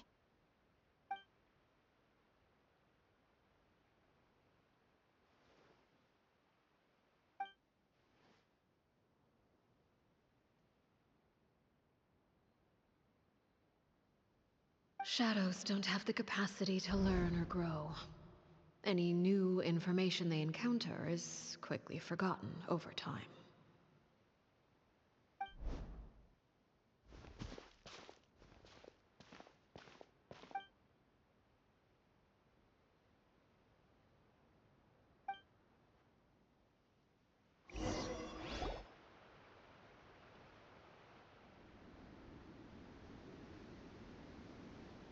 𝙭, you've worked tirelessly from the shadows to overthrow the House of the Hearth. Now, by my authority as the Knave, I shall announce how this matter ends. You are hereby expelled from the House of the Hearth. You are no longer tied to this place, nor are you bound by its rules. You're saying that I can finally leave? I get to experience the outside world as well? Oh, I almost forgot. There's no getting older for me. Still, seeing who you grew up to be makes me really happy, Parallel. Take care of yourself. Goodbye. May we meet again someday.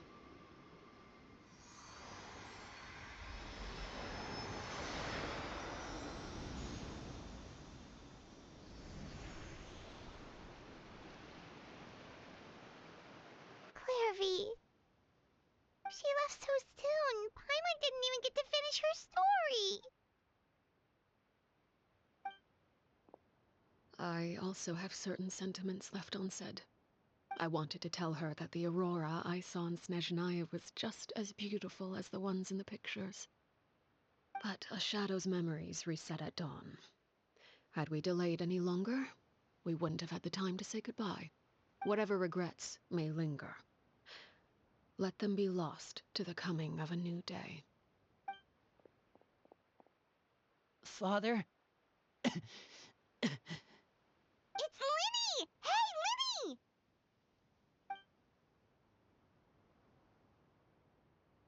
What is he doing back here? here. Let's go check it out.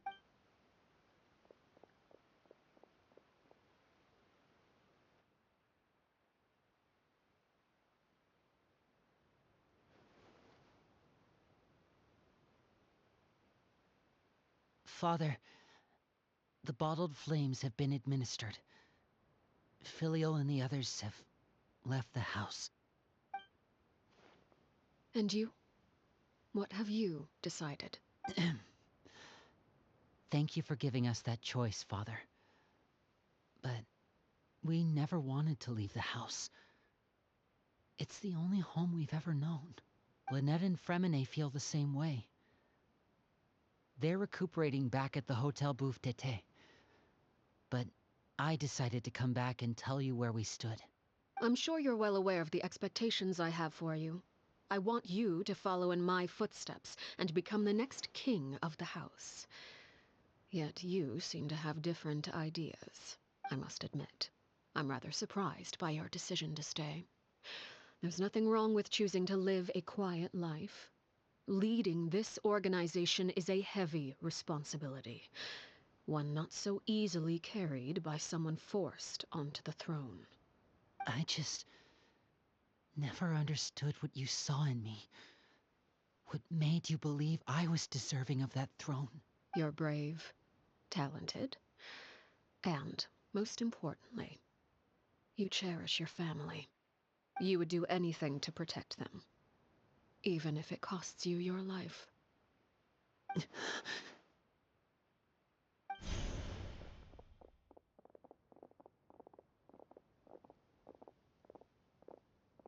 Speaking up back there was so brave of you, Lyney. It's all thanks to you that we were able to convince Father to back down. You're a hero, Lyney. Hero. Father is the real hero. Had Father gone all out during the duel, there's no way I would have walked away with my life. She must have had it all planned from the beginning. From the very moment she suggested it to... I'm not deserving of that title. I'm not strong enough or smart enough. You're wrong. In my opinion, all you need to be deserving of the throne is conviction and the necessary strength to act on it. We may have different ideas of what it means to be a family, but you can hardly be said to lack conviction. What you truly lack is strength. For someone of your talent, though, that's something that will come with time. Even without that strength, you still chose to face me in a duel, even though the odds were stacked against you. That capacity to honor your convictions is what I truly see in you. Father. No one knows what the future holds, what tragedy or triumph may be in store. Being at the head of this organization requires the strength of will to face whatever comes.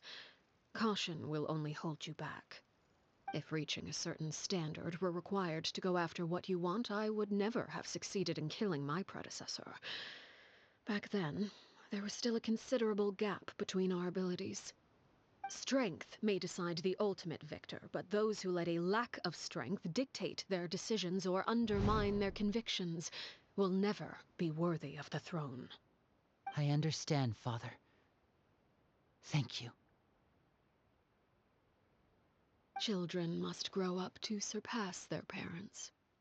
Only then can a family continue to flourish. The road ahead is not an easy one, so I'll ask you one last time. Are you certain you want to stay? You've done so much for me, Father, and that kindness must be repaid. Plus, with Project 𝙬𝙧 at hand, there are many dangers ahead, and I, for one, don't intend to back down. Protecting my family at all costs. That's my conviction. Then you're welcome to stay. As for Project 𝙬𝙧, you need not be too concerned. If those cowardly businessmen and heartless dignitaries try to take us down, I'm prepared to teach them a lesson. Having members who longed for the light was our organization's last weakness. With those members no longer among our ranks, the House of the Hearth is like a spider hiding in the shadows. We need only wait for our prey to come to us.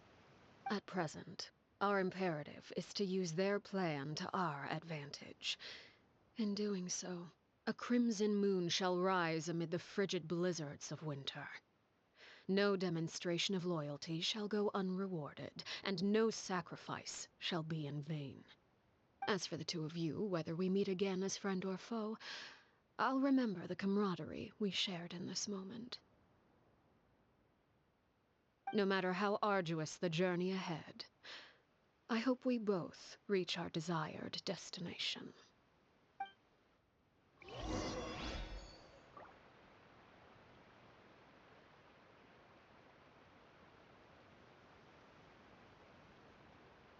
ஏய் 2 நாள் wait பண்ண சொல்லியிருக்காங்க.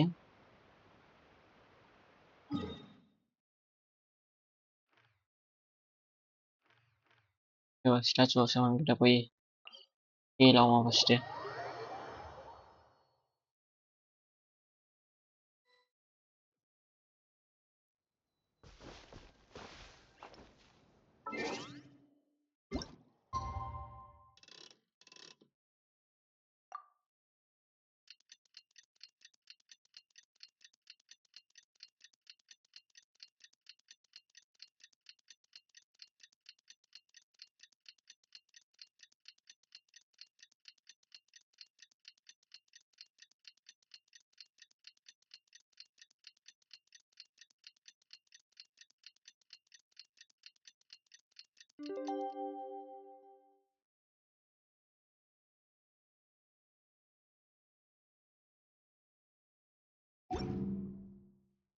This scenery...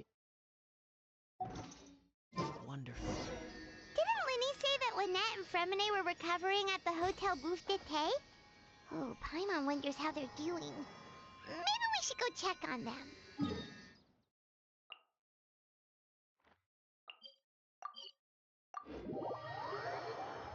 போய் பார்ப்போம் எந்த நிலைமையில இருக்காங்கன்று.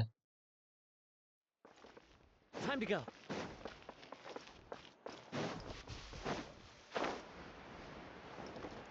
இங்க இருக்காங்க, நல்லா தான் இருக்காங்கப்பா.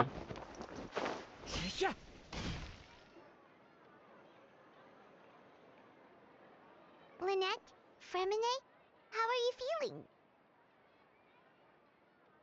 Much better. Whew, what a relief. What about you? Are you feeling all right?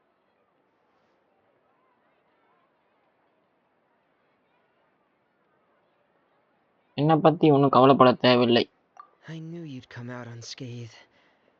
Us, on the other hand, well, we've been bedridden for 2 days. I couldn't even turn over.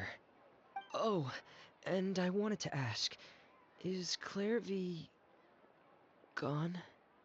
Linny and the other members have left Poisson and returned to the House of the Hearth.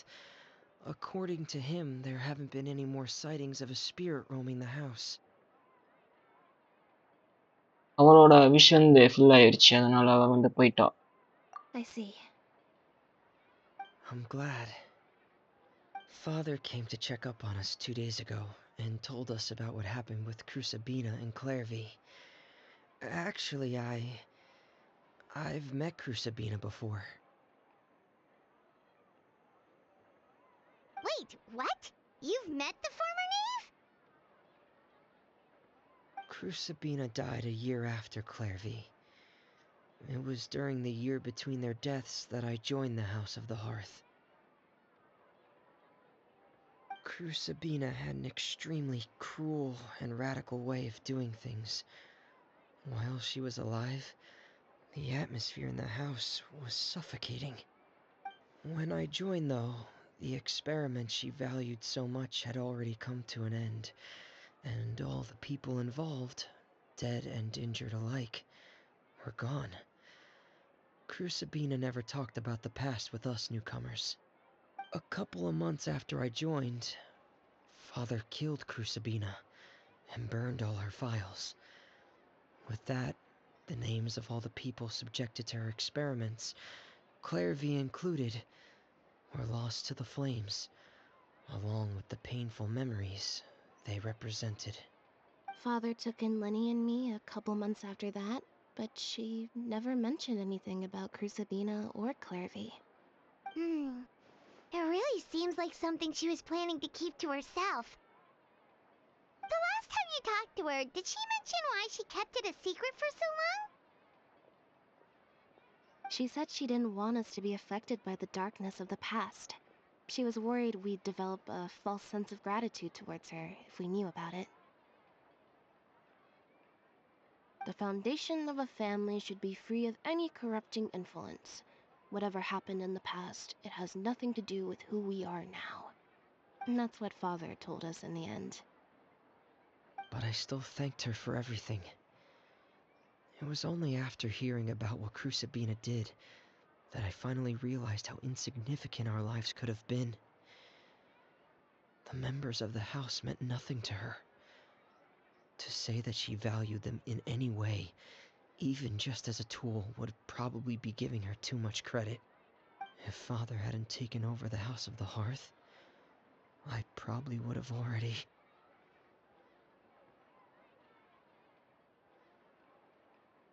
அதை பற்றிலாம் நீ யோசிக்காத.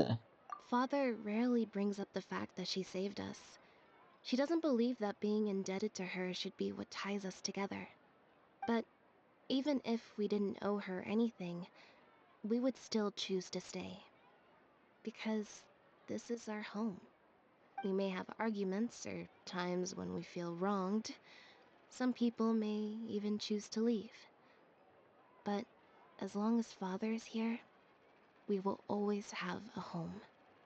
Whether the path before us is bathed in sunlight or shrouded in shadow, we'll follow Father wherever she chooses to go. So I wanted to say thank you for helping us make it through this crisis. Without your help, we could have lost a lot more along the way. Oh, we didn't do anything, really.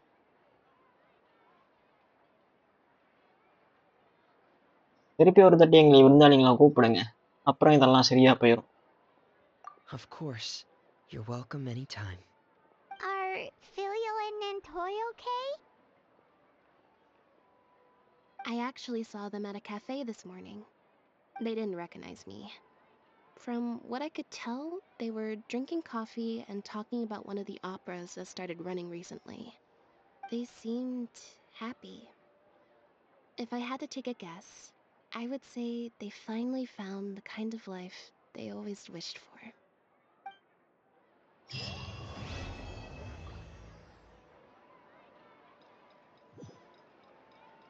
நண்பர்களே, கொஸ்ட் முடிந்து விட்டது. Okay friends, இதோட ஆர்லிப்பின கொஸ்ட் முடிஞ்சிருச்சு. உங்களை இன்னொரு வீடியோவில் பார்க்குறேன். Bye for now. See you later.